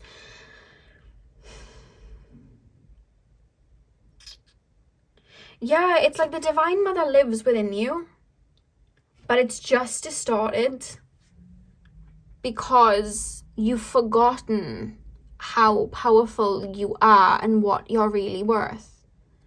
And I feel like there's a strong tie with you guys to your soul mission and helping others, but sometimes it overwrites your whole energetic makeup, that it's all you are. And then it's like friendships and connections come in, and the foundations you set are, come to me, let me heal you. Come to me, I've got pollen here, yes, you can come for that, you know, it'll help you feel good, come here. But then it's like, the foundation then of that relationship is, it's not even a give and take, it's just a take. You know what I mean? You're giving, they're taking. You're thinking of them, they're thinking of them, no one's thinking about you. When in actuality, you stand in your own essence. You're in that energy of receiving. And someone comes in that is also in that energy, and you can both give and take in a balanced nature. You know? That's what's coming through here. Firm foundation, rooting yourself into your own power and who you are before you let people take from you, so that you know who you are and you know when to say the word stop. And you know what to look for when people are stepping towards you for anything other than just you. Because you're not everybody's healer. You're a healer, but you're not everybody's healer. And not everybody is supposed to have access to you because your energy is sacred. But you haven't felt like your energy was sacred, because you don't even realize your own power. But if you didn't have that power, why would so many people be being drawn to you? Why would the Seven of Swords be staring at the King of Pentacles here? Why? Because he's got something that he hasn't.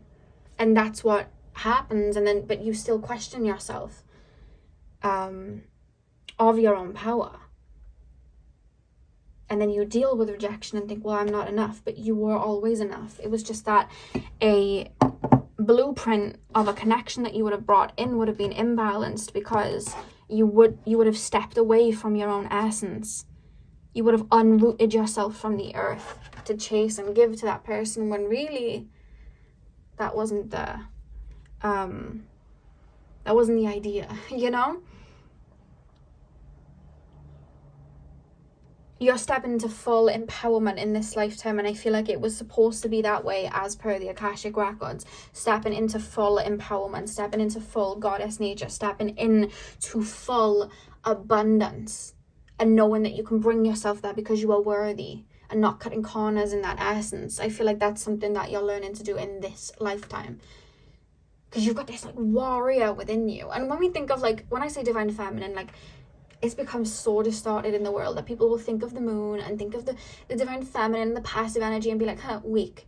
How on earth is that weak? We're connecting to higher realms, Akashic records.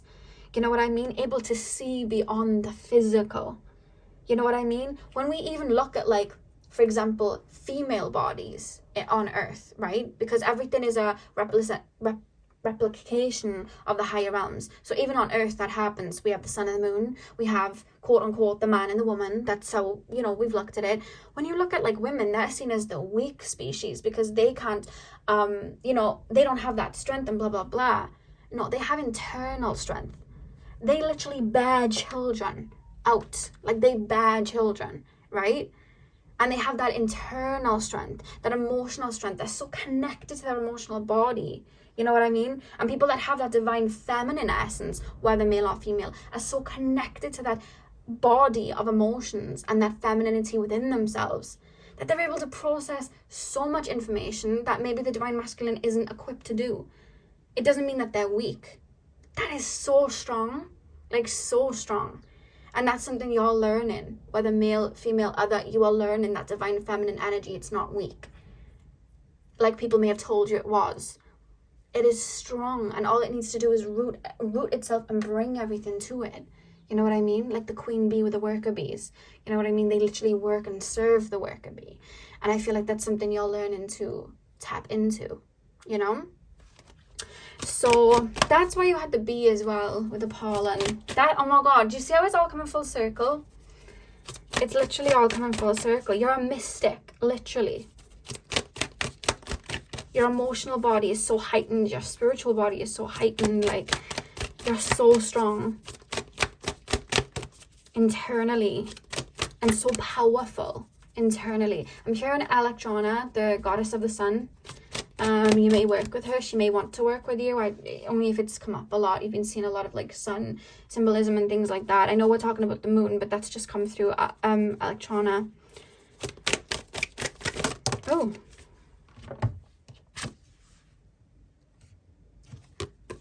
Unbound.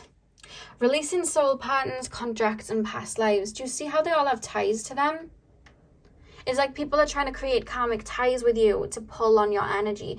You have to give me this. You need to sacrifice yourself for me for this. You need to make me feel good. You need to make me nurture. And then it's like you stepping in your own essence. People are then going to have a problem. You're a bad guy. You're this, you're that, because you're standing in your own essence. Sorry for the noise, guys. But you're learning to unbound and cut those soul ties to step truly into your essence. And not feel like you have to go around and heal every single person, because you're not supposed to. Because people will take, you know, but the boundary thing I feel like you've already learned is just cutting those ties to anything that made you feel disempowered, you know. Sorry for the noise. And we literally, guys, at the back of the deck, we have break the chain. Ancestral patterns, healing, rewriting the future. So you may mimic a lot of your karmic wounds from past lives with your own ancestral lineage anyway. And I feel like that's maybe why you chose to incarnate, to kill two birds with one stone. I need to heal that anyway, so I'll incarnate that and I'll go through that myself. So it may be extra heavy on you because you've been working through ancestral karma too. So it may be extra heavy for you guys, pile 3.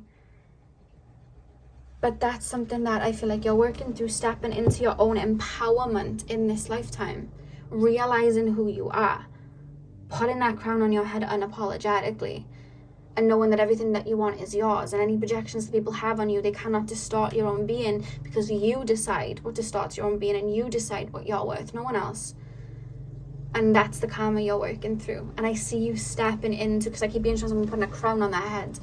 I see you stepping into that essence, pile 3, in this lifetime.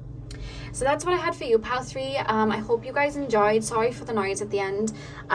Hit the thumbs up and comment down below if you enjoyed. I'm sending you guys all of my love. I hope you have a beautiful morning, afternoon, evening, whenever you're watching. And hopefully I'll see you guys in my next video. So thank you guys for watching.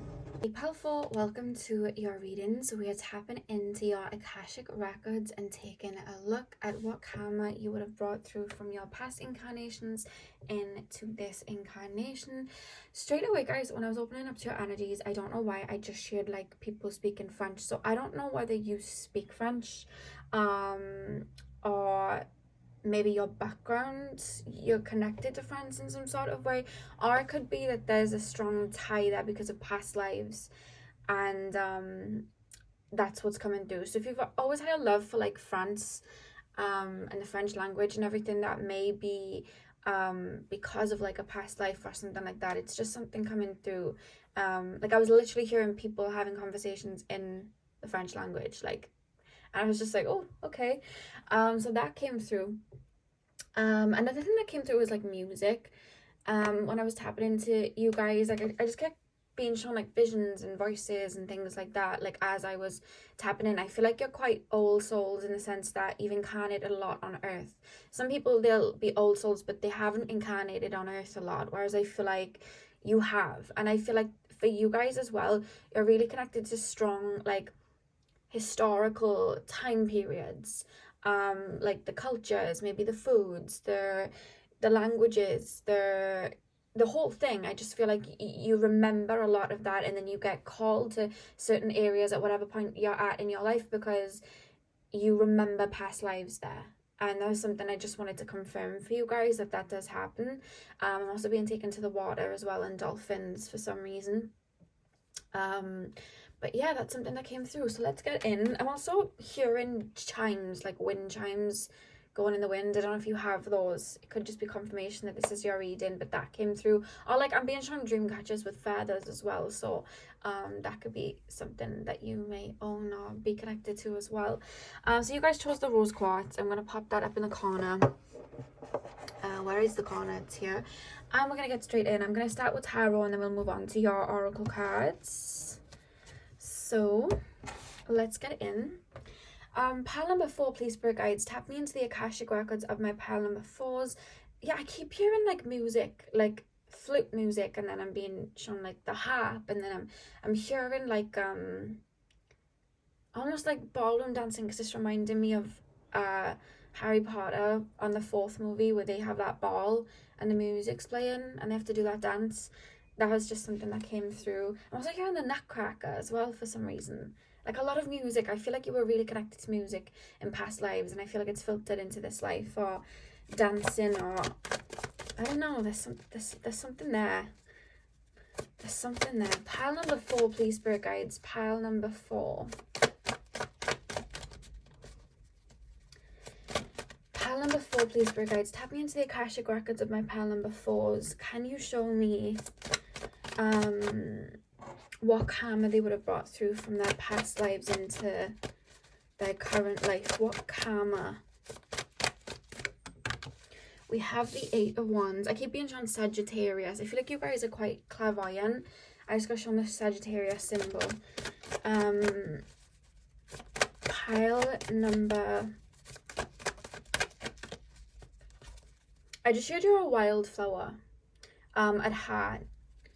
Like a traveler, or like a... There's this feeling of like always on to the next. I keep hearing like rebel without a cause as well. Like I just feel like there's energy coming through from past lives. Like if it's not beautiful, if it's not a beautiful harmony, if it's not lighting up my life, I don't want it. I don't want to be bound down to like a everyday life that everyone's living. Like I want like a... There's this feeling of wanting like a magical life, or wanting to really do something with your life, and not wanting the everyday mundane. And I feel like in past lives you would have broke out of the norm to build something else, or go and chase something else. It's reminding me of Jack from Titanic, when he doesn't necessarily live anywhere. He just kind of plays his hands right with the universe, I guess, and he kind of finds his luck and makes his way around where he wants to go. And there's almost like a feeling of that. And it's funny that Sagittarius came through as well. I just feel like that's your energy. Like anything that the crowd is doing or mundane, you'll naturally want to go against it, or even rebel against it. And I feel like you were quite rebellious in past lives. What karma is my pile number 4s working through in this incarnation from their past incarnations? 3 of Swords, okay. Pile 4. Oh, okay. Am I using these? They tell me to use these, and I was not supposed to use this many cards. But if, you know, they want to speak, they can speak. We have the King of Swords. We have the Queen of Cups. We have the Tower. I've never pulled this much cards. And we have the 9 of Pentacles. Okay. On the back of the deck, you guys, you have the 8 of Pentacles at the back of the deck. Didn't expect that many cards to come through, but I'm guessing we have a little bit of a story here to tell.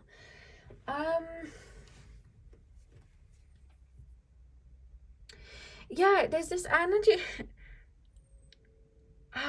What is this? It's like there's almost this feeling of like maybe in a past life you were supposed to be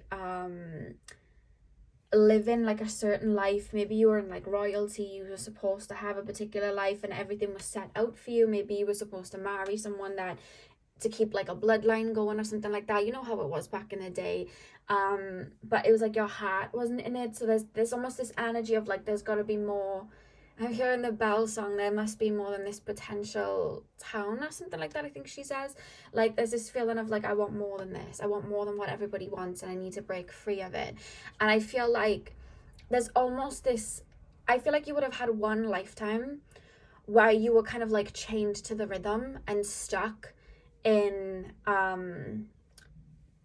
it almost feels like, I'm hearing the Demi Lovato and Christina Aguilera song Fall in Line. Like, you would have been stuck in chains. You would have been stuck maybe marrying someone, or you would have been stuck in a career path, or stuck in a town, or stuck somewhere, and you couldn't break free because of like, do you know what it feels like? Tradition. Like, it almost feels like royal family type of thing where you can't break out, or just like a higher family situation where it's like, we can't break out of this. We have to marry who is set up for us. We have to, follow that. This is what we have to do. I have no say in this whatsoever. I have no free will. I am stuck in this. And there's almost like this flare, this fire within your own kind of soul. Like, I know I'm more than this. I know I can have more than this. And I feel like maybe in 1 or 2 lives, you would have had to repress your fire to go along with the people around you. But at one point, because the thing is about incarnations, we don't just learn all of our lessons in one incarnations. We'll have a series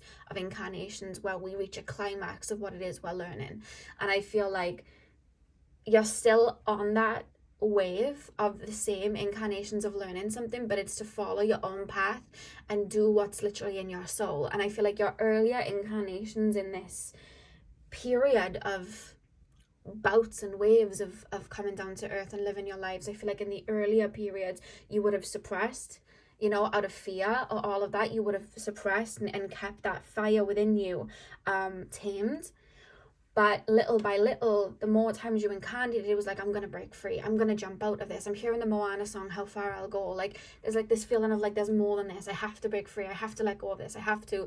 And then I feel like what you're living through right now, even in this incarnation, is building beyond what people are saying you can have, and going beyond what people have projected onto you, and going beyond the social norms, and reaching and finding that flair of life, and finding that like wonder of life, even if you don't know what it is yet. Like, that's probably why I was being shown the Sagittarius symbol, because like there's just this energy of the karma that you are breaking, and the karma that you've brought through is the chains of having people try and put you in the box and keep you tied down. And there's so many reasons we can get tied down to something. It can be for financial reasons. It can be like, we're set up because of like tradition in our family.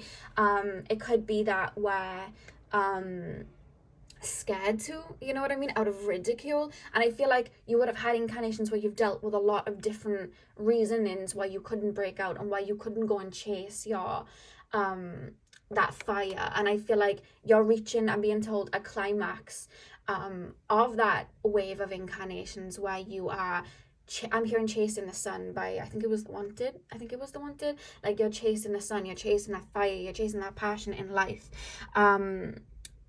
And it's coming from your heart space with the Queen of Cups here. It's coming from your heart space. And I feel like what's driving you as well is the passion that you may have had to neglect or repress in your earlier lifetimes, when all you wanted was a shift, but you couldn't have it. You had these ideas, you had this desire for something different, or maybe a different romantic connection or something like that, and you would have had to keep it down, and it was slowly breaking you. But what it was actually doing was creating this passion within you, and within your own emotional body, to tear down what was already there and create something new and beautiful that meant something to you, with this Nine of Pentacles that was driven from the heart space. So you may have had to as well in other incarnations, like, be in certain situations where you were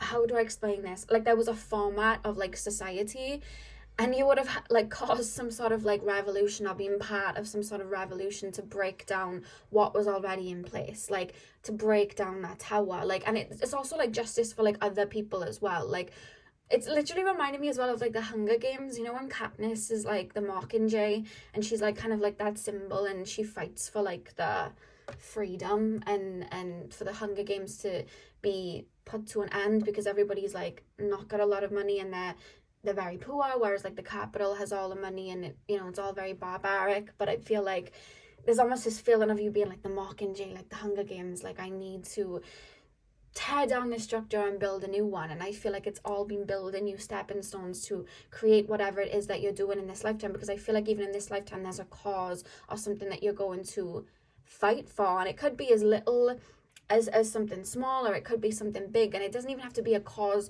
humanitarian wise. It could be a cause of you just fighting to live the life you want to live. But either way, it's like within you, and it's like I'm fighting to make like a change. I'm hearing Tupac's song Changes.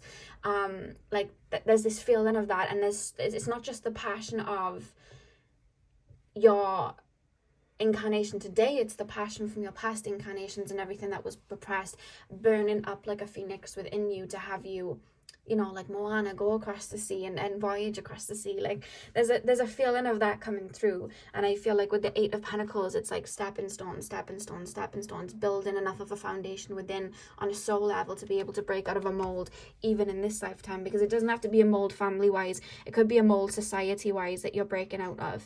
The fear of the projection of others and things like that, or it could be like a literal cause you're going after in this lifetime, or just wanting to live more of a nomadic lifestyle and not be chained to the rhythm and the 9 to 5 if that's not something that I don't feel like that's something you care for. I feel like you're very Aquarian, like unconventional, like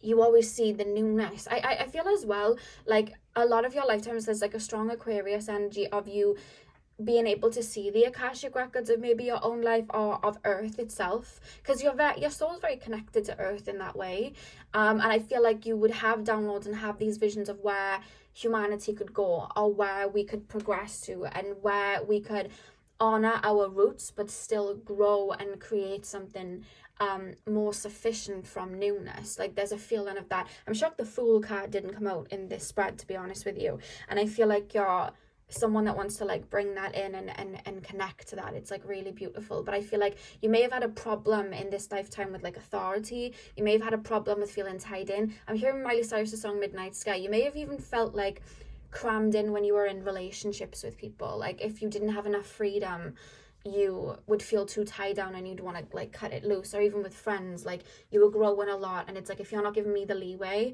and you're not growing with me, I can't stay. I don't want to be tied down to anything. Like there is always new, or always onto the new. I want to create the new. Like unless you're coming with me on that wave, then I don't know what to say, because if you're going to keep pulling on me and being clingy, then we can't, because you're quite independent like that.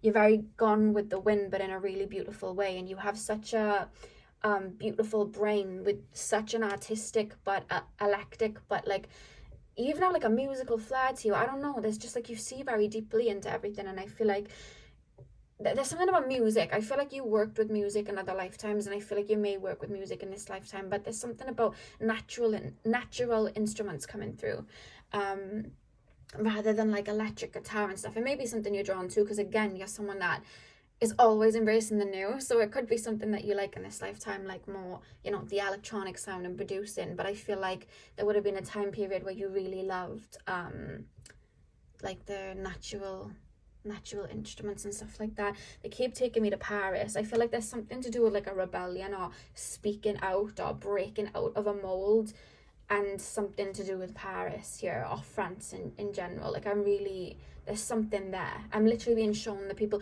like in Beauty and the Beast, the live action movie, and like at the beginning they have all of those outfits on, those beautiful like French outfits.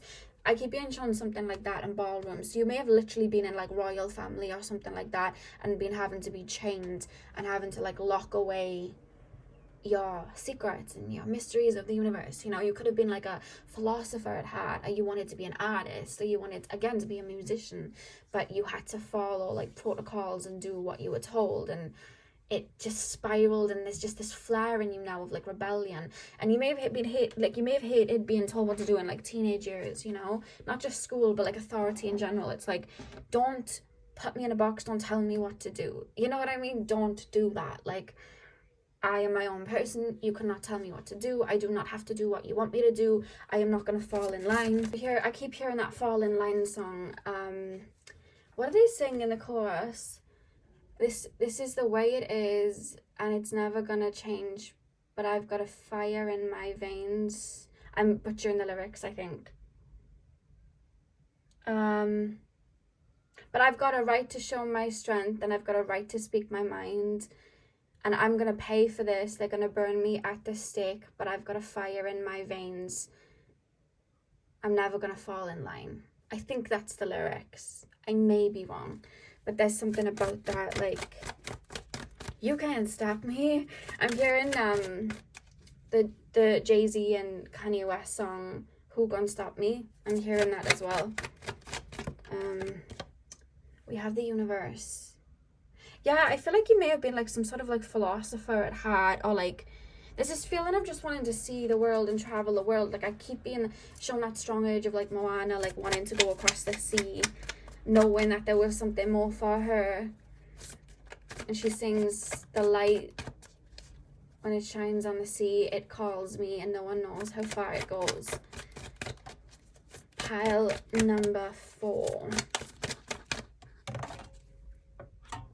Spiritual union. Yeah, you could have had to like step away. It feels very Romeo and Juliet in a way. It's like you may have had to step away from a connection because you like literally were forbidden from it, and that passion's like within you, and you may even feel like going into this lifetime like, I know there's someone for me, because it's like you're searching for that person because you had to repress them in another lifetime. So it's almost just feeling like I need to find this person, or I don't want to how do I even explain this?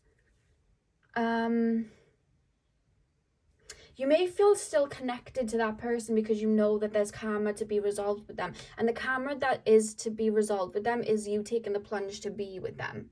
So you may even find in this lifetime that the person that you end up spending a lot of your time with, or someone that you do consider a soulmate, may be like overseas, or it could start off as a situation where it's like, we can't be together, but then it's like you break through the mold to be together because you listen to your heart, whereas in the past you may have had to repress that.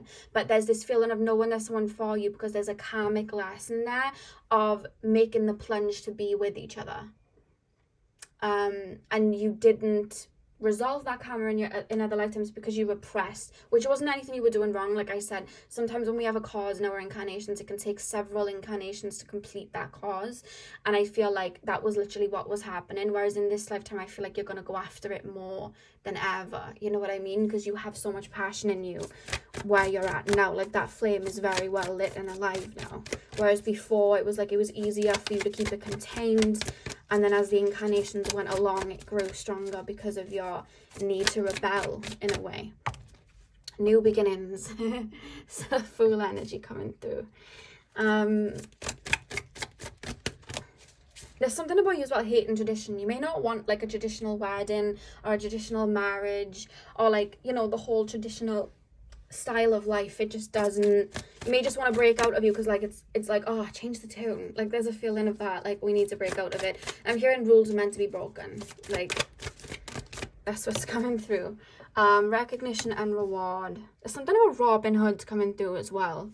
So you may want to like speak up as well about the injustice of like, you know, the system and how some people have an easier time of it with like generational wealth and things like that, and how hard it's set up for people to obtain more wealth. You may want to like work towards that in this lifetime. Not all of you, but it's just something humanitarian wise that's coming in, or it could be something from a past life, because I keep being shown like with the Tower card there and the 4 of Wands was behind the 8 of Pentacles, if you can see. There's almost this feeling of wanting to tear something to the ground to build it over and done with because it wasn't built up fairly. There's something about that coming through, like very for the people sort of thing. Oh, you have lots of cards coming for you, like so many cards coming out for you, which is funny because I said, and I've been saying for a while, I want to do less cards, more channeling. And it's almost like your soul's like rebelling against what I set out for. Like I want more cards, like just because I said I don't want a lot of cards. It does feel like that in a way. It's like I'm gonna rebel just because I can, you know what I mean? And not in a negative way, but just like it's like you flexing your own freedom. I'm hearing Beyonce song Freedom as well. Solar plexus and balance. Okay, so we had the universe with the spiritual union. We talked about that. New beginnings. recognize, yeah, there's something about like Robin Hood coming through and you like fighting for people, and I feel like that may have been to do with one of your past lives to bring justice to people, to have other people like have their own right and have their own free will and not have that taken away. You may get really angry when you see the injustice of people in this lifetime because of past lives as well. Recognition and reward, balance. Balance. It's like if it's not balanced and everybody isn't benefiting, what's the point? Like there is a feeling of that, like this isn't just about me, this is about everyone. So it could be that in like a lot of your other lives as well, you it was more so about you and breaking out of that mold, where it could be in this incarnation or maybe incarnations in the future, it's beyond yourself. It's fighting for other people's freedom and other people to do what they want to do. Like there's like a feeling of that coming through. I keep hearing the sound from the Hunger Games, the whistle that Katniss does. I keep hearing that. Like there's a feeling of that coming through. The back of the deck as well, we had positive moving forward, but it was reversed. So there's like a feeling of like, I want that sun, do you see how they're going beyond the horizon like Moana, but it's like blocked, reversed? So that's what you would have had to deal with. But I almost feel like it's the universe preparing you as well to like fight for other people too. The solar plexus energy, it's like putting your worth in that as well. Yeah, there's this feeling of you putting your worth in it. There's 2 3s here. You may see 33 a lot or be connected to that. But there's this feeling of you putting your worth in it and you wanting everybody to be in their own power, and balanced in their own power, so that they're not being manipulated by other people, so they can do what they want and not be stuck in situations or be chained by their own mind or chained to a rhythm when they have the ability to break free from it. So that may be a cause that you're working towards on a soul level to help people realize. So I don't feel like you've got any like bad karma or anything like that to work with. It's more so fuel in you, Pal 4, in this lifetime with the 3 of Swords. It's fuel in you to step out of the mold and fight for the people and show other people that they can, reach their happiness and their power and stand in their own strength,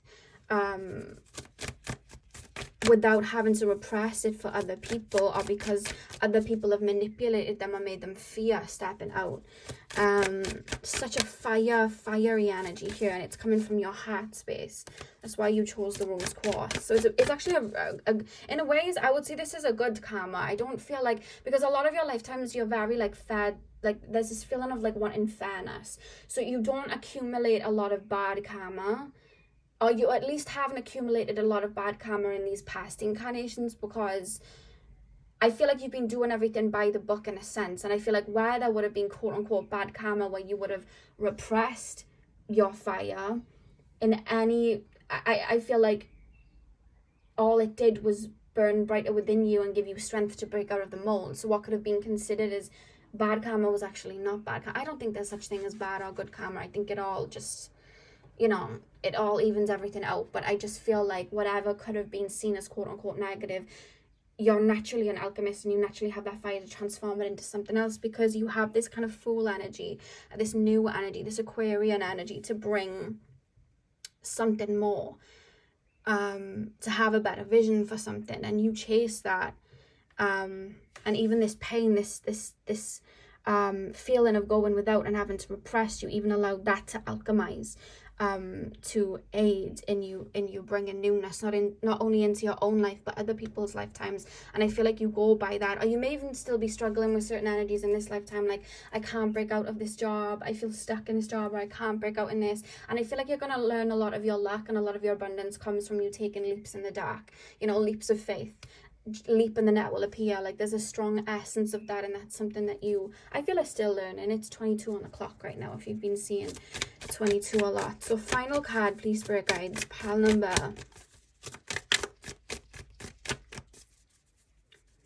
I just shared the net is always an illusion. So anytime you feel trapped, the net is always an illusion. And even so, even if you want to believe in the net, nets have holes in them. Break through one of those holes. Like that's almost a message from your higher self. Like the net is only an illusion, that you think you're trapped under. The chains are an illusion. You had 2 cards fall. Again, I love that I literally said, Spirit, I don't want many cards for these readings. And your soul said, we're going to have tons. Love it. I actually love it though. We have take a break, a life's work, not a season, get off the treadmill. And we also have Mintaken, longing for home, belonging, the original light workers. It's like you have a vision. I'm hearing the song, what song was it? It says, oh baby, do you know what that's worth? Oh, heaven is a place on earth. It's like you have a vision of what life can be like, and it may be driven by, you know, you incarnate in Atlantis times, Lemurian times. You remember the cosmic knowledge, you remember the abundance of that, and you see such a potential in life, but you know the work that needs to be done, and that's why you rebel against anything that's keeping you from that with the Mintaken energy. But there's this energy would take a break, and I'm hearing it very strongly. Rome wasn't built in a day, so don't be hard on yourself when you need to rest, when you can't go out and see the world, and you can't go out and do this and that all the time. You do need to remember to rest, to fuel up your energy, fill up your tank. You're not doing anything wrong by doing that. There's a message coming through. I keep hearing it. Rome wasn't built in a day. Rome wasn't built in a day. We also have Council of Light at the back of the deck, divine orchestration, help us in the subtle realms. So I feel like you have spirit around you really, really strongly, aiding you and guiding you from breaking out of molds that maybe you felt stuck in, or people have kind of like trapped you in. And I feel like a lot of your visions for the future, and a lot of your visions that are very futuristic and very quote unquote out there, I feel like a lot of it is being channeled from the higher realms and from your spirit team anyway, working quite strongly with you. There is something about that. And I feel like you're one of those people that's just going to either be strong like humanitarians, or you're going to bring in something that's never been brought in before. Write a book about something that's never been talked about before. When you look at, like, it's reminding me of like Dolores Cannon and the work that she did. Like when she started doing that work, no one even understood what was going on. Like no one even like really believed in her or understood much of what she was talking about in her work in past lives, because it was so out there for her time, because she was beyond her time. And it wasn't until like 20-30 years later that people started really picking up on her and understanding it, because humanity had to catch up with her in the first place. And I feel like your soul naturally has that within you. So again, it's like, oh, I can't build this career yet because humanity hasn't caught up with me. But like that didn't stop Dolores Cannon. She still kept making books. She still kept doing her work. People caught up with her later on, because she was the blueprint. And if it wasn't for people like her back in those days, where what we do now and what you're even watching now wasn't talked about, I wouldn't even be sat here if it wasn't for people like Alan Watts, Dolores Cannon, people like that, because they literally laid a blueprint for me to talk about these things that if I talked about back then would have had me probably locked up or something. But they did it. They took the risk, and they were able to lay the blueprint. And I feel like a lot of your mission is you doing things that sound bizarre and out there, but you're laying a blueprint for later generations, because you took that leap. And the reason you were chose to do that is because you have that fire and passion within you, and you've been working through it through other incarnations to be able to be bold, make that move, and go on your travels. You know what I mean? So I'm gonna leave that there with that message. But I feel, do you know, to leave this message, I was gonna like end it there, and I got shown, have you ever watched the trailer for the first Harry Potter? I don't know if you have. And I think it's the guy with the wands that gives the wands to Harry, like, well, all the wizards. And right at the end of the Harry Potter movie, it's like this huge climax. And then Harry's there with his wand in his hand, and the guy goes, I think we can expect great things from you, Mr. Potter. And the minute I said, right, I'm going to leave that there, I just heard like the twinkle of the music, and then that saying come through, which is like really interesting. You may like Harry Potter, but I think that's Spirit's way of saying, you know, I think we're going to expect some great things from you guys. So I'll leave that there. I'll leave that there as a bit of motivation. I hope you guys enjoyed this reading as much as I did. Hit the thumbs up and comment down below if it resonated. I'm sending you guys all of my love. I hope you have a beautiful morning, afternoon, evening, whenever you guys are watching, and hopefully I'll see you guys in my next video. So thank you guys for watching.